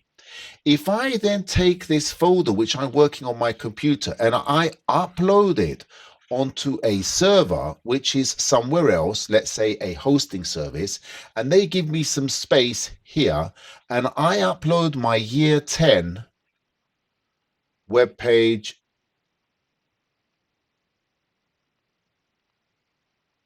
test folder here, all of these files here, all of these will be uploaded into that web server. Now, when I use my browser to go to my web page bb.html, which is inside this folder, it was then going to try and load this picture. But on this server, this file path, C drive, users, administrator, downloads, year 10 web page test, does not exist. Well, it might exist from here onwards because I've uploaded the year 10 web page. But all of this doesn't exist. There is no C drive users administrator download. They might have a different file structure. So it's not going to find my picture. If I'm using a relative reference and I'm saying from wherever my BB.html file is, which is calling the picture images/brickwork, so there should be in the same location where BB.html is, there should be a folder called images. Is there? Yes, because I've uploaded it up here together with everything else. So this is my images folder, and these are all my other files, including my bb.html. So inside here, wherever I put this entire folder, it's always going to be able to find the images folder and load the picture. And that's the important thing. Now, the other way that you can use absolute references is if you're using a picture from another URL. So let's say you've got a picture from a different web page and you're taking the complete path of that picture. For example, if I was creating a web page on storage devices and I found the picture on the internet through my browser with a hard disk drive. If I right click on that picture and choose copy file path or copy path and use that, whenever somebody loads my web page, it will show the picture, but it's downloading the picture from somebody else's website. If they change the picture but keep the same name on my web page, I will now have a different picture. If they change the name of the file, my picture will not display. If they move their web page, it won't display. So that's two examples of absolute references. So the best thing to do is to use relative references. Why would somebody use absolute references? Well, if you've got limited amount of space on your web hosting service and you've got a lot of pictures that you're using from the internet, let's say, instead of downloading the pictures and putting them all inside your images folder and uploading all of those pictures, which are taking a lot of space on your server, the server that you're paying services for, you're purchasing basically storage. Instead of doing that, you can link to, let's say, images which are on the internet, which will display on your web page because you're using the absolute reference to that image on the internet. So it's not taking any space on your server because they're stored somewhere else. But we said the disadvantage is if whoever has those files on their server changes the name, they won't be seen anymore. You're going to get a no image icon. Or if they change the picture and keep the name, you're going to get different pictures popping up on your web page. So that's basically absolute and relative references. I'm going to show you my answers once I've gone through the questions. Okay, the next question is explain, well, we've done this as well. So we've said the differences between absolute file path and relative file path, and we've also explained why absolute file paths should not be used. But I've also explained to you where they could be used. Okay, so this is absolute file paths should not be used for hyperlinks to locally saved web pages. So again, if you're linking, let's say, and this is what we've explained already, but if I've got this BB HTML and I want to link to this BB contact HTML page, so this is my web site, I've got this page open in my browser, and when I click on it, I want it to open this one, then I want to use a relative reference. In other words, for here, I would simply need, for example, source. And from here, we're going to put href. And we're going to put equals to, and just put the BB contact. I don't need to put anything else, because what that's saying is, in the same location where you've opened this web page, this one, you should be able to find the BB contact.html because I haven't put a path. If I put this whole path here, though, beforehand, then again, when I upload, it's not going to be able to find BB contact because on the server where I've uploaded, it's not going to be able to find C drive users administrator downloads. Okay, so there you go. So we talked why we could use absolute references, why we shouldn't use absolute references locally, why we could use absolute references with URLs, in other words, to pictures. That saves us space so we don't download the pictures on our server, but what the disadvantages are as well. Okay, the other part of question 9 is this one here, anchors. Now, I know somebody who's watching this is going to be very happy because you've been asking me about anchors and the A tag and what's the difference. So I'm going to explain it with this question here. In fact, you've actually requested this particular paper. Okay, anchors and hyperlinks are both used in HTML. Now, here it says anchors and hyperlinks.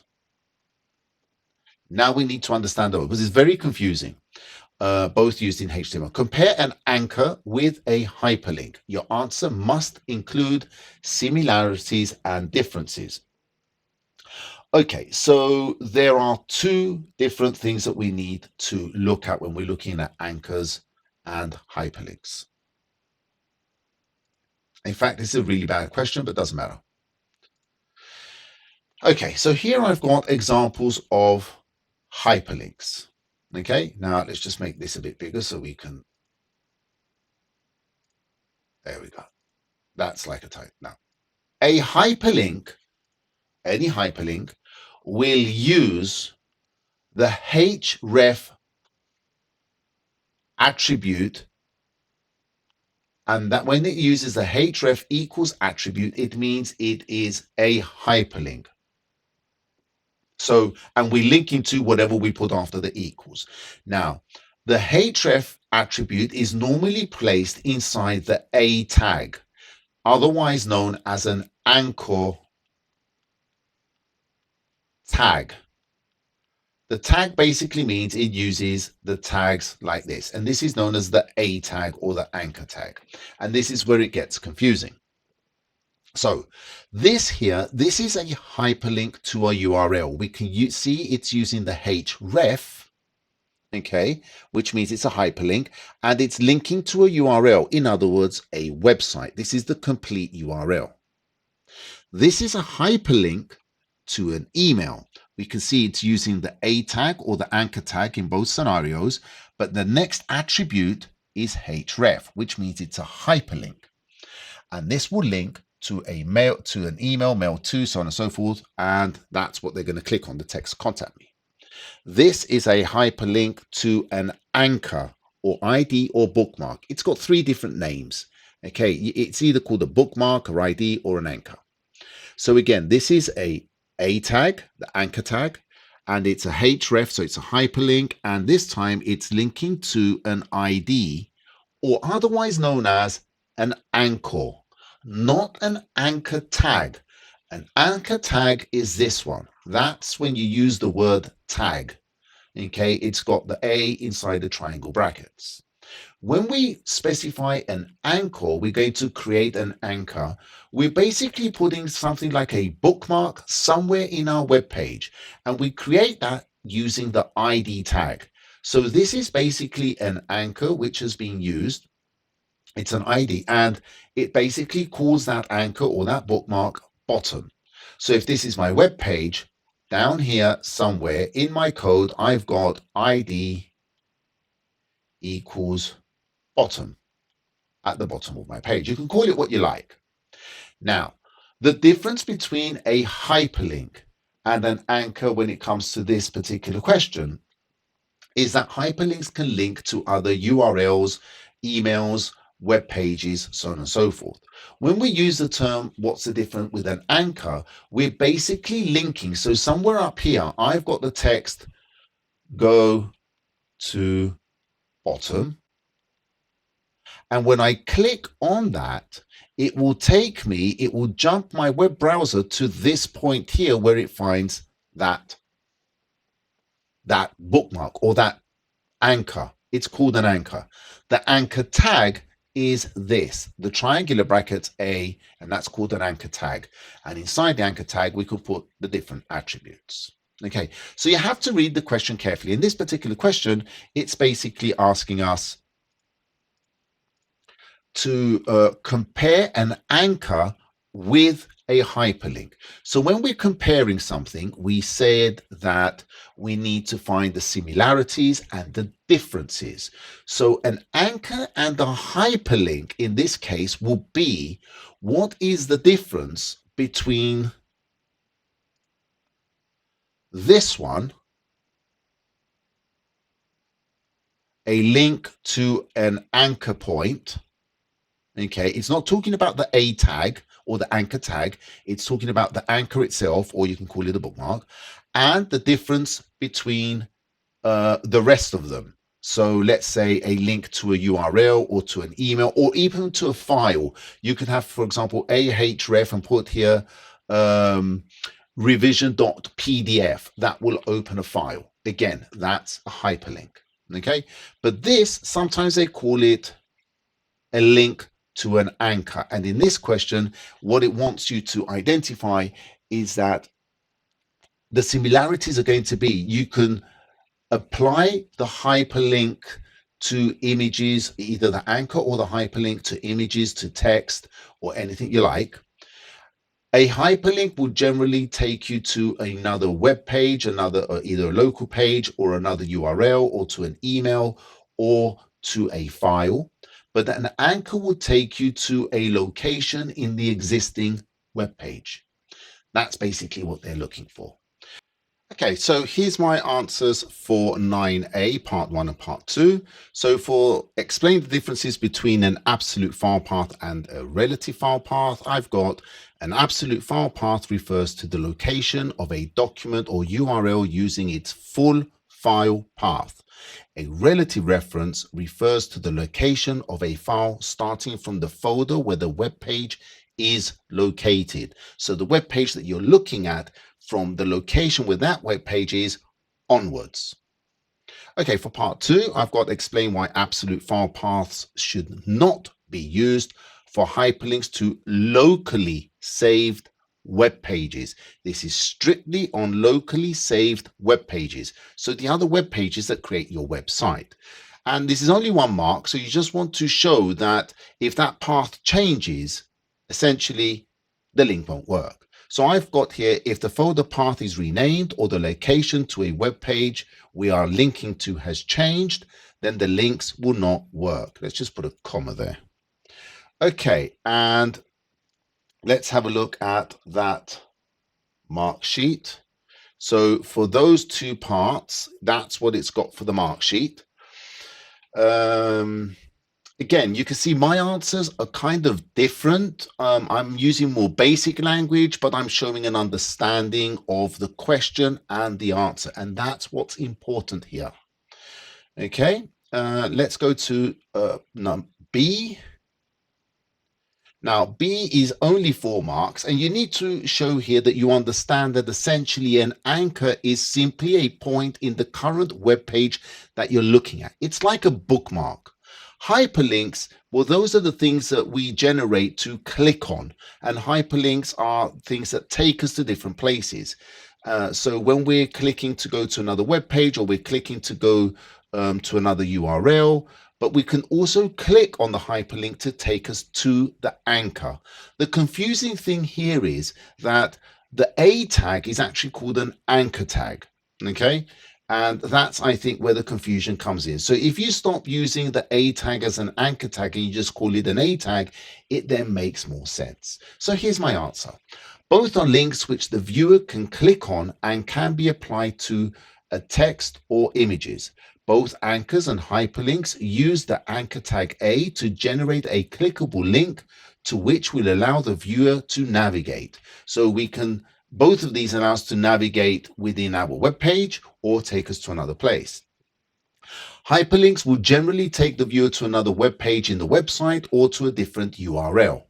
That's generally when we're looking at what a hyperlink is.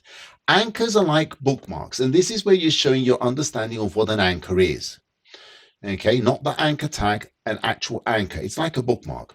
And they're used to identify a specific location in the current web page, like top or bottom. you could have many. For example, if you've got a very long page with subheadings, you can create an anchor point on each subheading, and that's an example you can give. And at the top, have a menu so people can click on that subheading and it will jump to that location in the web page. An anchor can be created at any point in the web page using the ID equals. You can use name, but whichever one you prefer in the HTML code. Once an anchor has been created, we can create hyperlinks to navigate to the anchor. So once we've created that anchor, we can generally create a hyperlink to go to that anchor. So here's the confusing thing. Why is the anchor clickable? Because the anchor on itself, the ID equals bottom, is not, you can't do anything with it. It's just a bookmark. So to actually create an anchor that actually works and does something, we normally refer to the anchor, the ID and the name that we give bottom, and then the A tag or the hyperlink, which links to the anchor. Both of those together is actually the anchor. So both of these, having that here, creating the ID, and then also creating the hyperlink to that ID, that for me is how I define what an anchor is. Both of those together. The one is creating a name in the web page, and the other one is a hyperlink to it. That is the anchor. But this on its own is just a hyperlink, and this on its own is just an ID. Okay? All right, and let's see what the mark sheet has for that. So that's for this one here. So this is the mark sheet for that. Okay, there's a lot of things here that you can choose from because there's a lot of things which are similar or different. You only need 4. So you have to look at that at the marks of that question. You only need 4 items, 4 valid items, not using the same reason, the similarity or difference, and just writing it in different ways. That's just going to get you 1 mark. Okay, so that's the mark sheet for that. Okay, question 10. Now, here it says, some people use dialogue-based user interfaces to operate their car audio system. Describe what is meant by a dialogue-based user interface. So here we're going to describe. And then it says, describe the benefits and drawbacks of using a dialogue-based user interface in this way. So when it says in this way, then it means using a car audio system. And again, we have to describe. So when it says describe, guys, again, we don't use bullet points. If you're expanding on those bullet points anyway, just write what you're going to write, put a full stop, and then write the next thing. Okay, it's better than just putting bullet points which stand out straight away just by looking at it, that it's bullets. So in the previous tutorial, in the live stream, which I did, if you go to that tutorial, I've got the link to that tutorial in the description below of this video. Question 13, I describe user interfaces and I go through all the types of user interfaces. And these are the slides which I have for that. Okay, so I'm going to go through this very quickly again, but I'm not going to repeat everything. So if you want all the information about the user interfaces, go to that tutorial, question 13. So essentially an interface is something which is going to allow 2 devices which would not normally be able to communicate with each other to allow them to communicate with each other.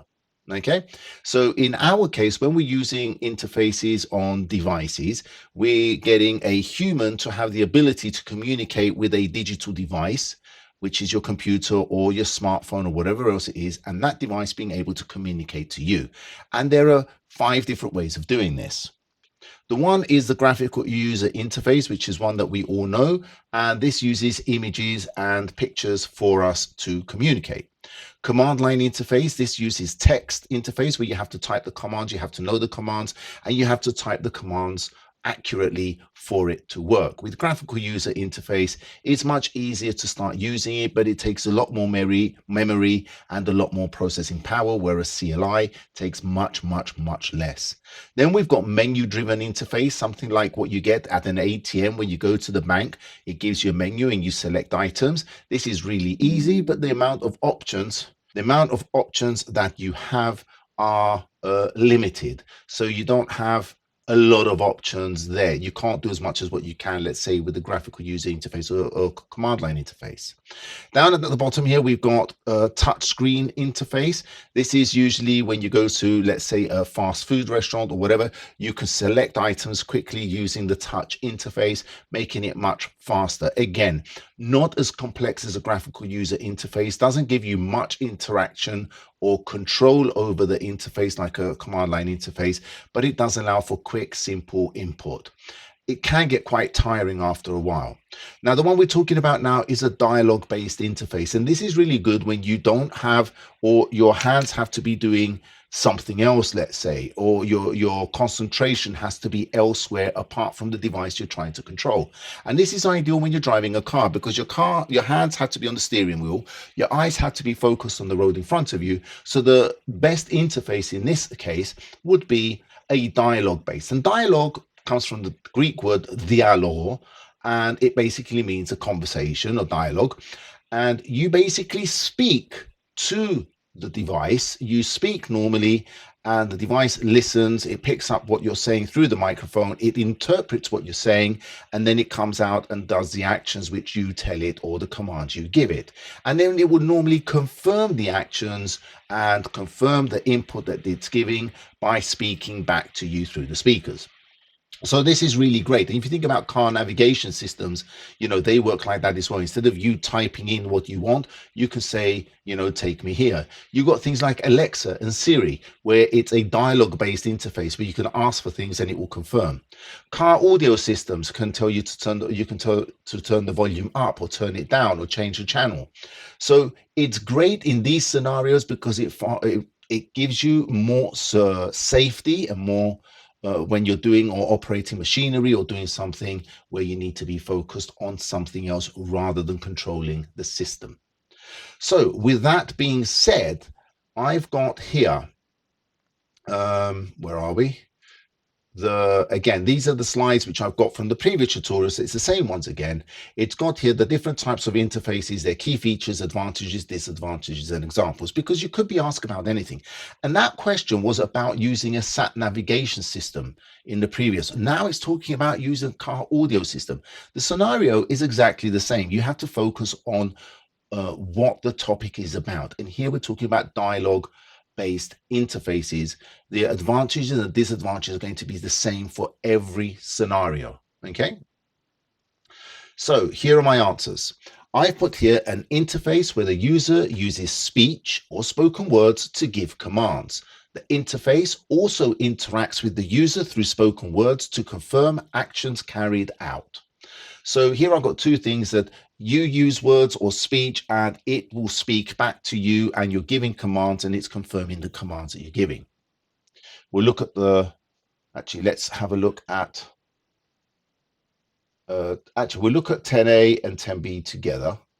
Okay, so then it says describe the benefits and drawbacks of using a dialogue-based user interface this way. And the this way is a car audio system. So obviously you're driving, your hands have to be on the steering wheel, you need to be focused on the road. So the advantage is you can be focused on what you're doing, focused on your driving. Your hands are, you don't need to use your hands, you don't need to look away. So it makes it much safer while you're driving. And then the disadvantages, well, we see some of them now. So dialogue-based interface allow for hands-free interaction, which is beneficial in circumstances where the user has limited mobility or when the use of both hands are required for other tasks like when driving a car, making it safer to drive. So there we've got our safe. We've shown that we understand why it's beneficial with the dialogue-based interface, because we need our hands to be on the steering wheel. We need to be focused on what we're doing. Dialogue-based interfaces, you need to be trained to recognize the user's voice. If you've ever trained your mobile phone or whatever to carry out voice activated commands, then you will see that there's a series of words and things that you have to say so that it actually understands you. So you train it on your voice. So there is a training session at the start when you set up your device. So that is a disadvantage. And the user will need to learn certain commands. Again, you can't just talk to it normally. I mean, they are getting better and better, but for certain commands, you need to know the commands that you're going to use so that it actually activates either a particular system or it knows what it is that you want to do. Again, since there's a learning curve, that's going to be a disadvantage. Background noise or people's accent could be an issue, as spoken words may not be understood or misinterpreted, which will result in a wrong or no command being inputted. So again, people have different accents. So although you train your device, sometimes it's hard for the device to understand what it is you're saying. That could be frustrating if you're trying to change a channel, let's say in this particular thing here with the audio system. I mean, I could have related that to the audio system, let's say. Maybe I should expand on that and just say, you know, you might want to turn the volume up and it doesn't understand, or you might want to change the channel and it might not understand. So the command might not be inputted. So the other thing is, if you're in a car, then while you're trying to give commands to your car audio system, there might be surrounding noise. If the windows are open, if the fans are running or whatever, that noise, or if there are other people in the car, that noise can interfere with the commands that you're giving. So here's the mark sheet for number 10. So that's 10A. Let's expand that down. Okay, let's make it a bit smaller. So there's 10A and 10B together. Okay, so it says here, software that interacts with speech recognition, use the spoken words of voice to carry out actions, control devices. And for 10B, we've got allows for hands-free control, safer than using standard interface, more useful for physical disabled users, limited access. So I mean, this one here, that's always general, and you can say, you know, it's easier for somebody who's got limited ability or movement to control a car audio system. It's easier for them to activate or turn on the car audio system, or turn it off, or change the channels without having to actually stretch out and change the channels.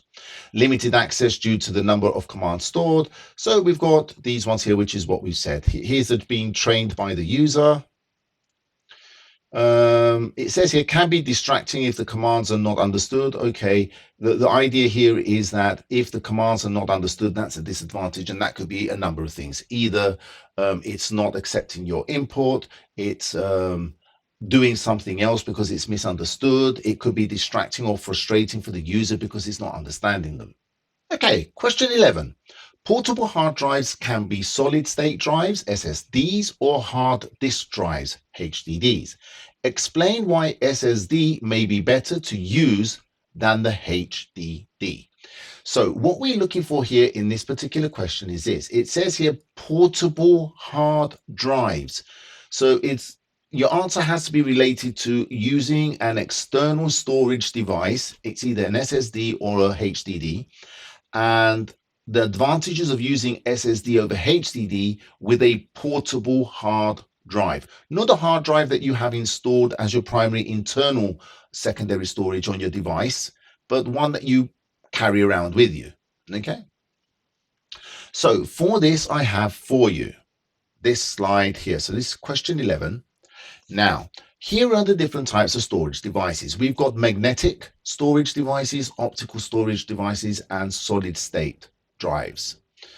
Now, magnetic storage devices have their advantages, and optical and SSDs as well. So the types of magnetic that we have, is the hard disk drive. Now here we've got a disk which spins around. It's got a motor, or an actuator it's sometimes called, or the correct terminology is an actuator. And then we've got this arm which goes backwards and forwards and reads that information on the disk. And the information on the disk is stored as very, very small magnets. Then we've got the floppy disk. These are kind of extinct. They don't exist anymore. You can't even buy one if you want to, but I think they're still part of the syllabus. It's exactly the same thing. The only difference is that we can take the storage medium away with us. This is the disk and the drive, or the actuator in one device. So you can't just get the hard disk. You need to get the hard disk and the drive together. And this made, floppy disks were used like your USB pen drives today, or CDs. Again, magnetic. And then you got tape. Now tape, again, that is not really, doesn't really exist much anymore. These are really good for backing up large amounts of data and archiving them. They weren't used to actually read and write to non-stop. So if you wanted to store your drives, or you wanted to store a large amount of data, you can put it on a tape drive, on a tape, using a tape drive, and that will store all the data. And the idea is you will never ever use that tape unless you had a crisis, all your data has been corrupt, and you needed to restore. It's much longer. It's sequential access. In other words, you can't jump from one point of the tape to the other point of the tape. You have to go through the whole reel. Whereas everything else that we talk about is direct access. So hard disk drives and floppy disk drives and everything else, you can go from one point to another point on the disk instantly.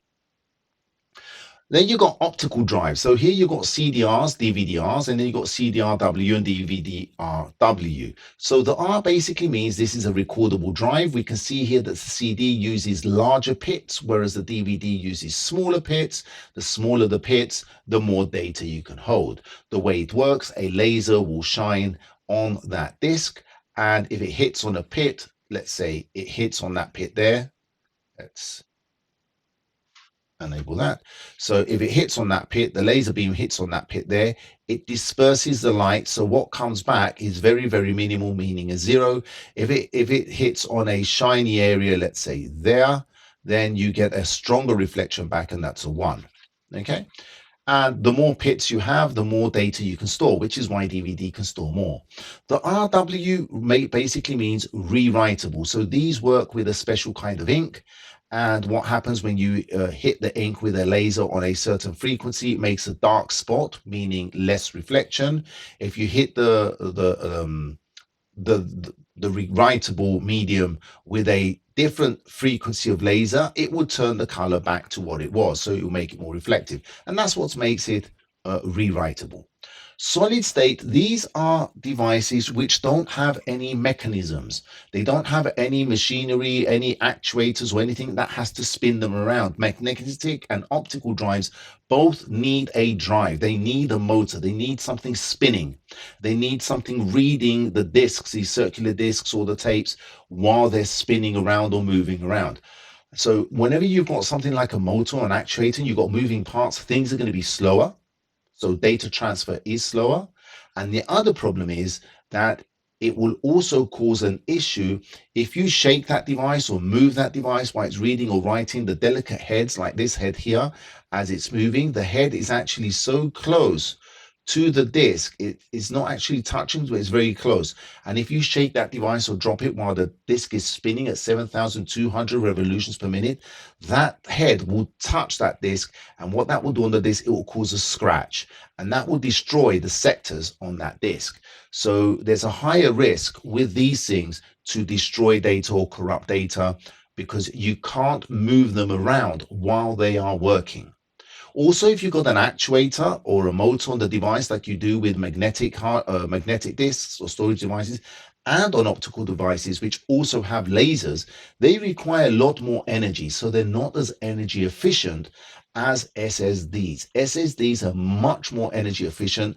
They store data in electronic form on microchips, on little printed PCBs, on these little chips here. So you've got like an SSD hard disk drive here, and then you've got, well, not a hard disk drive, you've got a hard disk, an SSD hard disk, and then you've got these little NVMe cards, okay? Essentially exactly the same technology. All of them store the data in electronic form. The same with your USB pen drive or your memory stick, or flash memory cards, where you've got, now these here are more portable usually, okay, smaller amount of storage. This is the question we're looking at, is comparing this device, the SSD hard disk, and the hard disk drive, this one here. So you can see straight away this is going to be smaller, it's going to be lighter, it's going to be more compact, because it doesn't have a disk of moving arms, it doesn't have it doesn't have a motor of moving arms around in there. It's going to require less energy as well. Also, the data transfer on SSD, because you don't have to convert let's say, magnetic information to electrical data, or you don't have to convert light energy into electrical data, you don't have that process of converting from magnetic to digital and light to digital, then the reading speeds and writing speeds of solid state drives are much faster because they are already, the data is already in electronic form. Okay, so these are generally much faster than SSDs.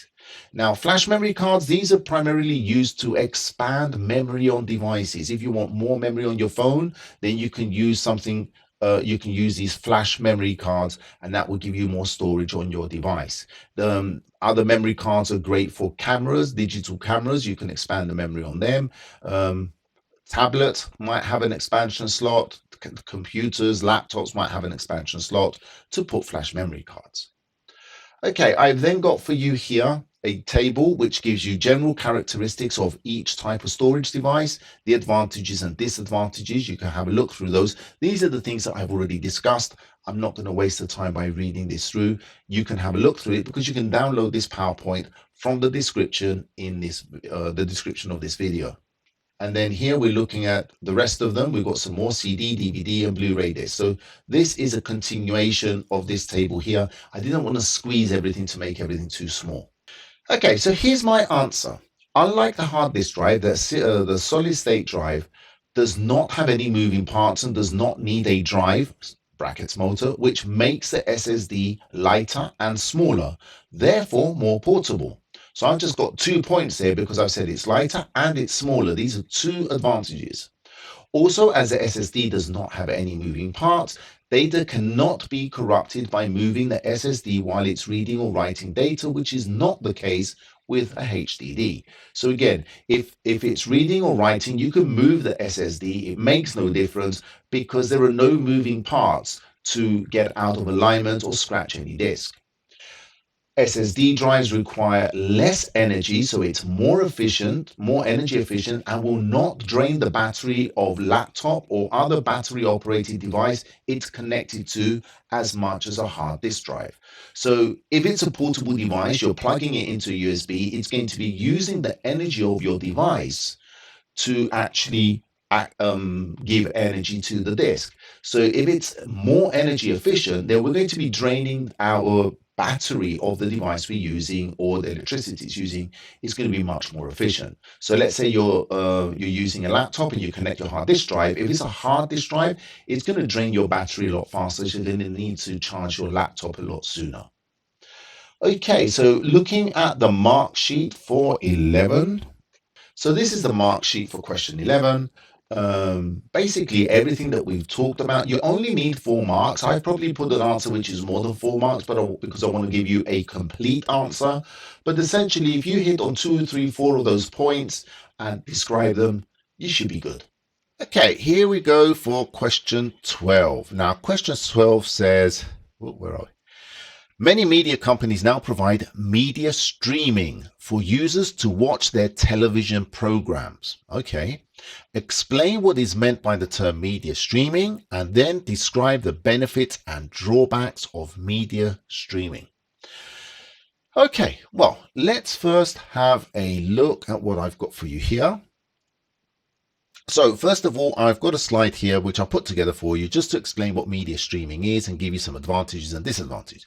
So first of all, it says media streaming is the process of transmitting audio, video, or multimedia content over the internet in real time without needing to download the entire file before playing it. And this is the really important part here. You do not download the entire file. Okay. So let me explain to you before we'll go through this, and then I'll give you a small diagram or an analogy to help you understand how it works. The media is stored on a remote server. As the content is requested, small parts called packets are sent to the user's device. The device buffers a small portion to start playback, then continues receiving data while playing. So let's understand what that means. I'm going to show you a little, I'm going to try and draw you because I'm not very good at drawing, but anyway, if this is a reservoir of water, okay, so this is a big tank of water. So, and we say this is the movie that is going to be streamed. Now, we then have this here has a hole, and it fills, the water flow falls into a bucket. Okay, my drawing's not that good. Okay, so the water from here is flowing from here into this bucket. And at the bottom of the bucket, you've got a hole. And what's happening, if you're putting water into the bucket, the water is obviously going to flow out of the bottom of that bucket. The bucket is your buffer. Okay? So what happens is this, when the streaming starts, your device will then start downloading, and it's, in other words, the flow of water is going to start going into the buffer of your device. And once that buffer starts getting up to a certain level, let's say up to about here, water or the movie is going to start being played because the water is dripping out the bottom. So that's your data coming out to your device. So you're watching the movie now because there's water in your buffer or in your bucket, and that water is flowing out. That's basically how it works. And I'll explain a little bit about buffering in a second. The other option would be, if you were to download the entire movie, you have to download all of the reservoir, download it onto your computer, which is going to take space on your computer. And then only once you've downloaded the entire thing can you play that movie. Okay, so that's the difference between downloading and streaming. But you keep a copy of the entire movie if you're going to download it. So how does streaming work? Well, they start streaming the video over the internet. Your device starts collecting those packets and puts them in a buffer, and out comes the video, and you are playing the video as it's continuing to download. If the amount of data that you are playing is greater than the amount of water flowing into the bucket, at some point this water level here is going to drop so low that there's no data to play, and that's when your video is going to start freezing, and you get that circle saying buffering. What does that mean? Well, you've run so low, there's no water in here, there's no data for me to play. You need to wait for some water to drop into the buffer, and once it gets to this level again, it will start playing. So basically this means that you need to have a fast internet connection, a good bandwidth, and a stable internet connection to make sure that the flow of data going into your buffer is greater than the flow which you are playing. Okay, and that will keep this buffer full because the flow going in is much faster than the flow going out. So this buffer is full and you're playing. Now, once you've played it, that data is not stored anywhere. So that's how streaming works. And if you understand that, you can now understand the rest of this. Examples of media streaming is video streaming, movies, music, or podcasts, webcast or remote meetings, so live streaming. So when you're doing an online meeting, you're actually streaming your audio and your video to somebody else. They're not saving that video, it's being streamed. And sometimes you get, and we said, bad lip syncing or the video freezes. That's because the internet connection on one of the two sides is slow or not fast enough. The bandwidth is not big enough. So what's happening is this buffer is emptying out, and it has to wait for more data to fill in up to a certain level before it can start playing. Okay. Advantages: no need to download the large files. So that's the other thing. If you're downloading, you need to download the entire file, and that's going to take a lot of space on your hard drive if you're downloading movies, like a 2-hour movie, maybe 4, 5, 6 gigabytes. Quick access to the content, so you can access and start playing immediately. You don't have to wait for the whole thing to download. Live broadcasting is possible. So if there's a live event right now and you want to watch it live, you don't have to wait for that event to finish for someone to upload the video. Then you download the whole thing and then watch it as a replay. As they are streaming the video like a webcast, then you can be watching it live. Okay, but again, if you've got a camera, let's say a camera device here which is connected to the internet, and you're watching what this camera is picking up, the streaming bandwidth this way and your download speed this way has to be fast enough to fill your buffer so you can view that video without any buffering and without any delays. Okay, otherwise you will get delays. You will still see everything, but it will keep pausing because your buffer is emptying all the time. What's going in is not as fast as what's coming out of that buffer. Now, the disadvantages: requires a stable and fast internet connection. Quality may drop with poor connectivity, in other words, buffering, and the content isn't available offline unless downloaded. So you can't actually store that video to watch it anytime you want. That's the advantage of downloading a movie instead of streaming it, because you have to watch it at a specific time when it's being streamed. Sometimes the streaming content is only available for an X amount of time.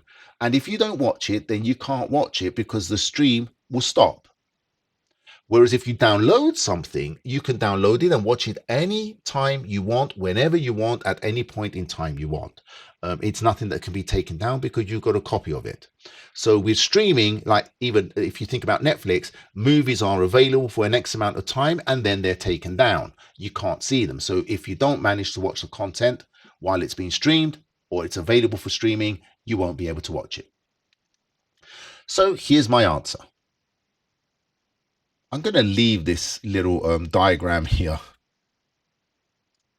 So for A, I've got recorded or live media is transmitted through the internet and can be played back on devices in real time.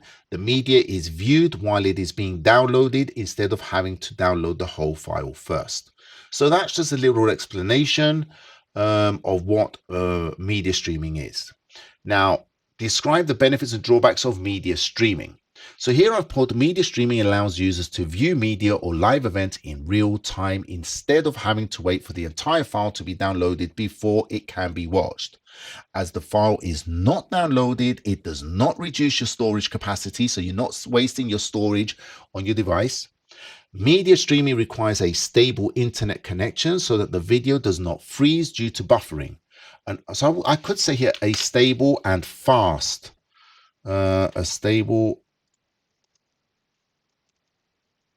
and fast internet connection so that the video does not freeze due to buffering. That might even be 2 marks there, the stable and the fast or higher bandwidth. Another drawback is that some media streams are only accessible during a fixed period. If you download a file, you can access it whenever you want. So I only wanted 4 marks. I should be good. Let's go have a look at the mark sheet for this. So this is the mark sheet for 12A. It basically says identify that it's live or recorded content, delivered to computer via the internet, play back in real time. Okay, we're good with that. And this is the second part, 12B, the benefits and the drawbacks. And you need to obviously identify both benefits and drawbacks. You can't just go with only the drawbacks or only the benefits. Okay, question 13. GIF and JPG or GIF, depends on how you want to pronounce it, file formats are used to store images. Give one reason for using each of the file formats. Each of your reasons must be different. Okay, so you just need to give the reason. And then B says, explain the differences between the 2 file formats. So as always, let's jump to my PowerPoint presentation, which you can download from the description of this video. So I've got here for you, before I get to that animation, I've got here for you a table which analyzes and gives you information about the different types of image files. And I'm going to explain the terms so you can understand what these are. So when we're looking at an image or we want to decide on how to save an image, there are certain things that we need to look at. The first one is going to be, is it a lossy or lossless format? Lossy format basically means that when you save the image, it's going to lose some data. The reason why it would lose the data is to try and make the file size smaller. The other reason that the only way you can make a file size smaller is to compress the file. You know, like when we zip files together, we compress them, but we don't necessarily have to lose data when we compress the file. So there's two things that we look at. Is it going to be a lossy format, which is going to lose some data permanently and reduce the quality? And does it compress the file?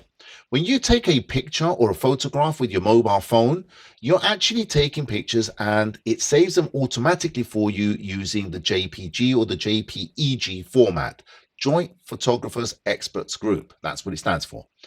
Now, that is a lossy format, and it is also going to compress it. So there's two things it does to make the file smaller. You say, well, why is it making it smaller?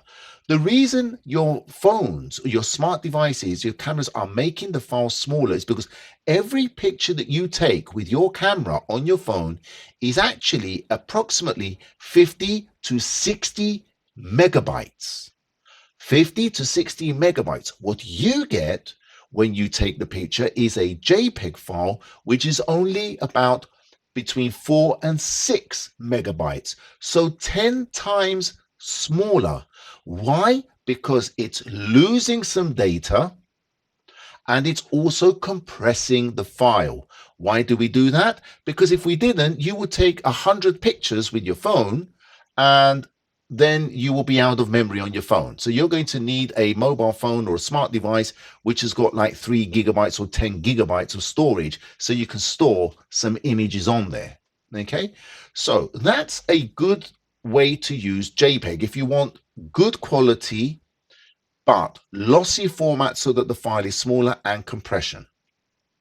Now, the other thing that you're going to be looking at when you're saving a file is what is the color depth that you want? How many colors? The more colors you have, the more color depth you have, and the better the quality you have.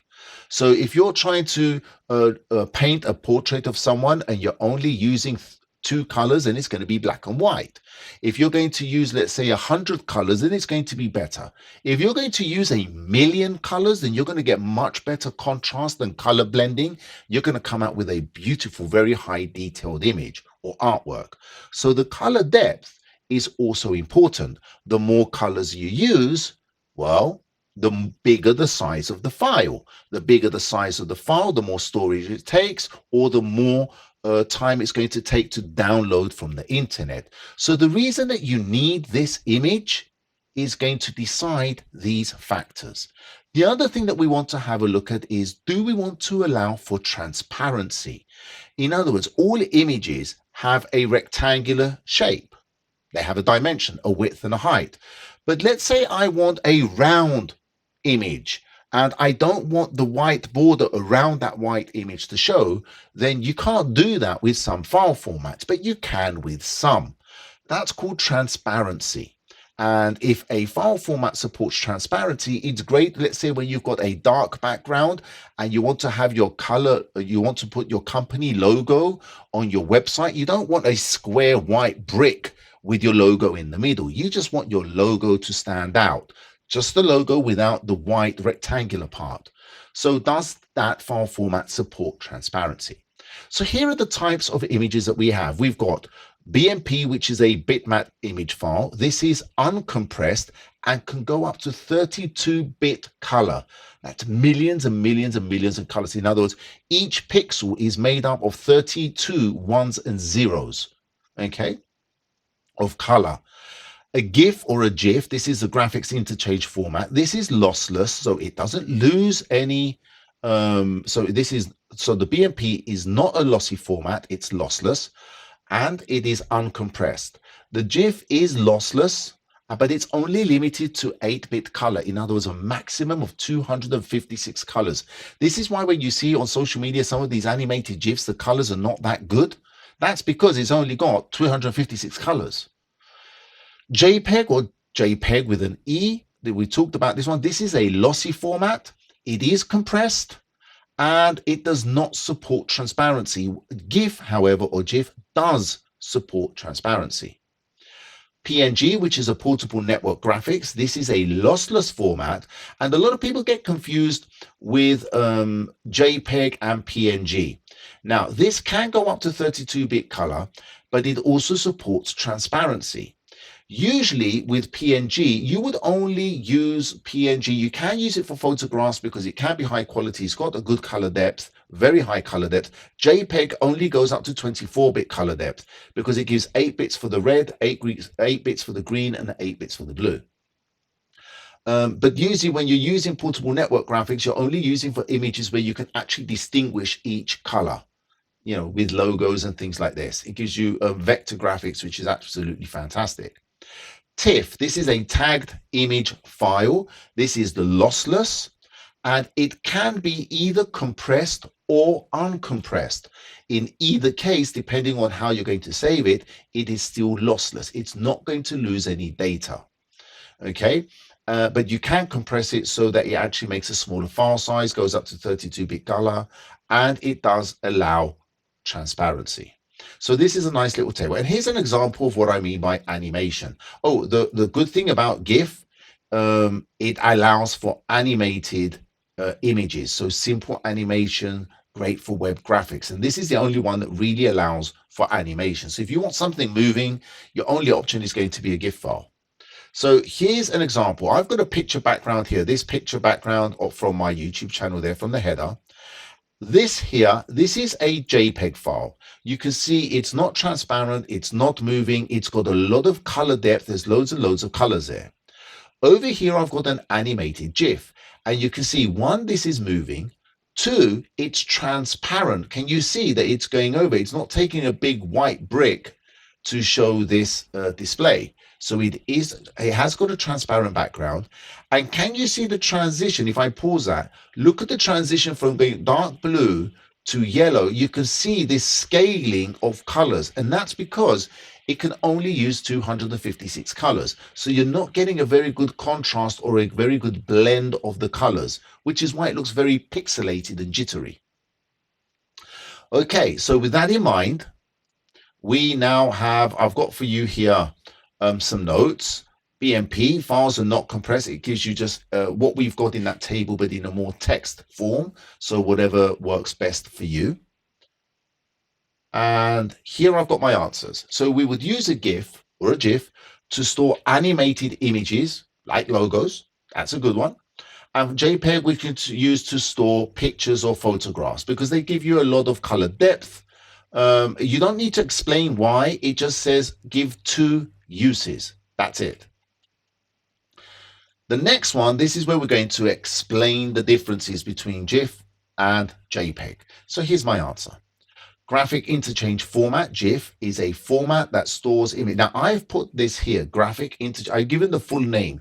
If they don't give you the full name and they only give you the abbreviation like this, then if you give the full name, you will get a mark. Okay, so if they tell you explain the differences between ROM and RAM, but they don't tell you ROM is read-only memory and RAM is random access memory, and you state what each one is, you're getting a mark possibly for each statement that you're giving the full name.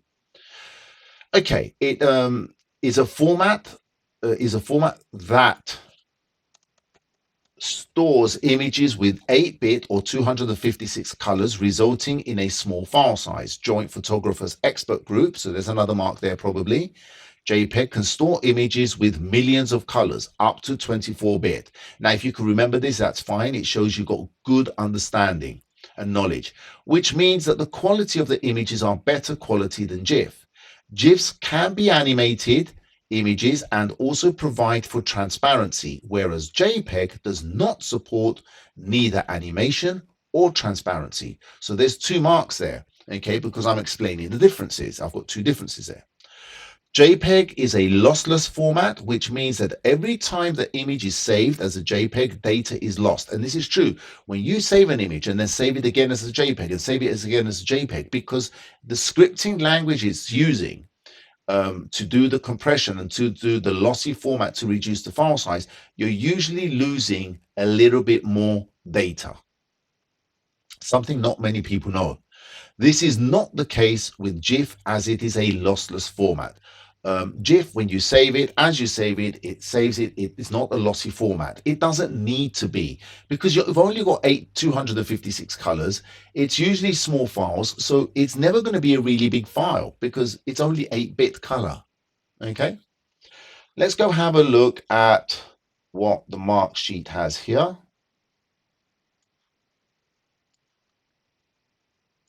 So we've got, yep, there we go. So that's for A. You can use anyone from here for GIF and anyone from here for JPEG. You just need to be able to distinguish the need or the purpose for each one. And then for B, again, 6 points.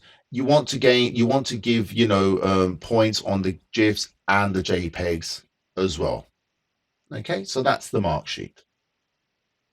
Again, I don't like basing my answers on the mark sheet. I like to give answers which are normal answers, so that you students can learn that you don't have to memorize what's on the mark sheet to give an answer. Okay, there's another question here. Let's just go have a look at, we haven't shown that one yet. So it says here, the file size of an image can be reduced by changing the file format of the image. State 2 other ways of reducing the file size of an image. Well, we've discussed that already. Well, discussed one of them at least. We said that when you reduce the color depth, that's going to be the first one. So you can reduce the color depth or the number of colors used for the image. That will reduce the quality and reduce the file size. The other one is going to be the resolution. So if you're going to reduce the amount of data that you're actually storing. So that's called actually DPI. Have I put anything on DPI here? So reducing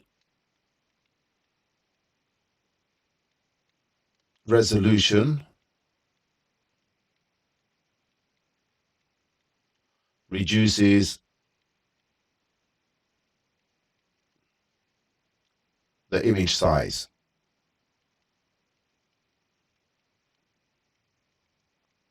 For example, going from, let's say, 300 dots per inch, or what we call DPI, and reducing that to 72 DPI. That basically means instead of using 300 dots for every inch to make the image, we're using 72 dots to make the image. That's going to drastically reduce the size of the file. So if we have a look here for question C, it says here, I've put here, change the resolution of the image, for example, from 300 DPI to 72 DPI. And the other one is to reduce the color depth of the image, for example, changing from 24-bit color to 16-bit color.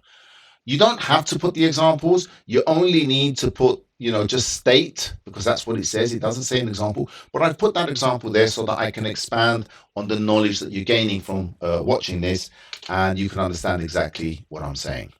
Question 14, the last question. So this one is about, well, let's see what it says. Identify the most appropriate method for reducing data entry errors from the descriptions given. So the descriptions are manually checking the data without reference to the original copy, checking that the data being entered is reasonable, preventing errors when data is copied from one medium to another. So let's go identify what this is all about. This is a bit of a tricky question. So this is all about identify the most appropriate method for reducing data entry errors. So when we're talking about data entry errors, we're looking at the things that we do to control or to try and minimize errors being entered into a form or when we're entering data into a database. And that's going to be the 3 aspects. You've got proofreading, verification, and validation. So let's see what these are. Proofreading is exactly that. Once you have entered your data, so think of it this way, if you're copying the data, if you're copying your friend's work, their homework, as your homework, you've copied it, you've typed it all out, and then after you've typed it out, you go and proofread it to go and find any spelling mistakes or any grammatical mistakes, and you fix it. That's called proofreading. That's what you do after you have entered the data. Not while you're entering the data and not before you enter. It's after you've entered all the data, you go back and then you proofread. And that's why I've got this word after in red. Verification is what you do while you're entering the data. Okay, and this is done by humans, and this is the difference here with verification and validation. Verification is an action done by humans, and this is done by computer. This one is also done by humans, so I would just leave that there so it makes sense. So what does that mean? There's two ways that you can do verification. The one is double entry. Enter the same thing twice, and then you can compare the two. You know, when you're entering in a form, you've got to enter your password twice, and if you enter it different in the second time round, it tells you the two passwords don't match. That's a verification process. You've got to enter it twice, and you have to enter it correctly. The other way to do it is, as you're entering data and you've got your copy that you're entering data, you're checking what's here and what you put on the screen. You write the next one, you check, right, what's on here, what's on the screen. This is verification. You might have, and I do this a lot, another person sitting next to you who is checking what you're typing or what you're entering on the screen with what's on the original copy that I'm copying. So you've got a second person who's going to be just verifying and checking what you're entering. So that's verification. The last one is validation. And validation, this is what we've talked about already. And again, in my tutorial, in the previous tutorial, you're going to see there's a section there which is to do with in the system lifecycle. When we do the design in the system lifecycle, part of the design is to set up the validation routines. So we try to prevent people from creating errors or entering errors by setting up rules. For example, the number can't be greater than 100. The telephone number has to be 8 characters long. It has to be only numbers or only text. We could use a mask, so it's one letter and then 4 numbers. And if somebody, while they're entering data, they enter it wrong, it won't let them, and it will give them a message. We might put options or tick boxes that they will tick instead of typing things out.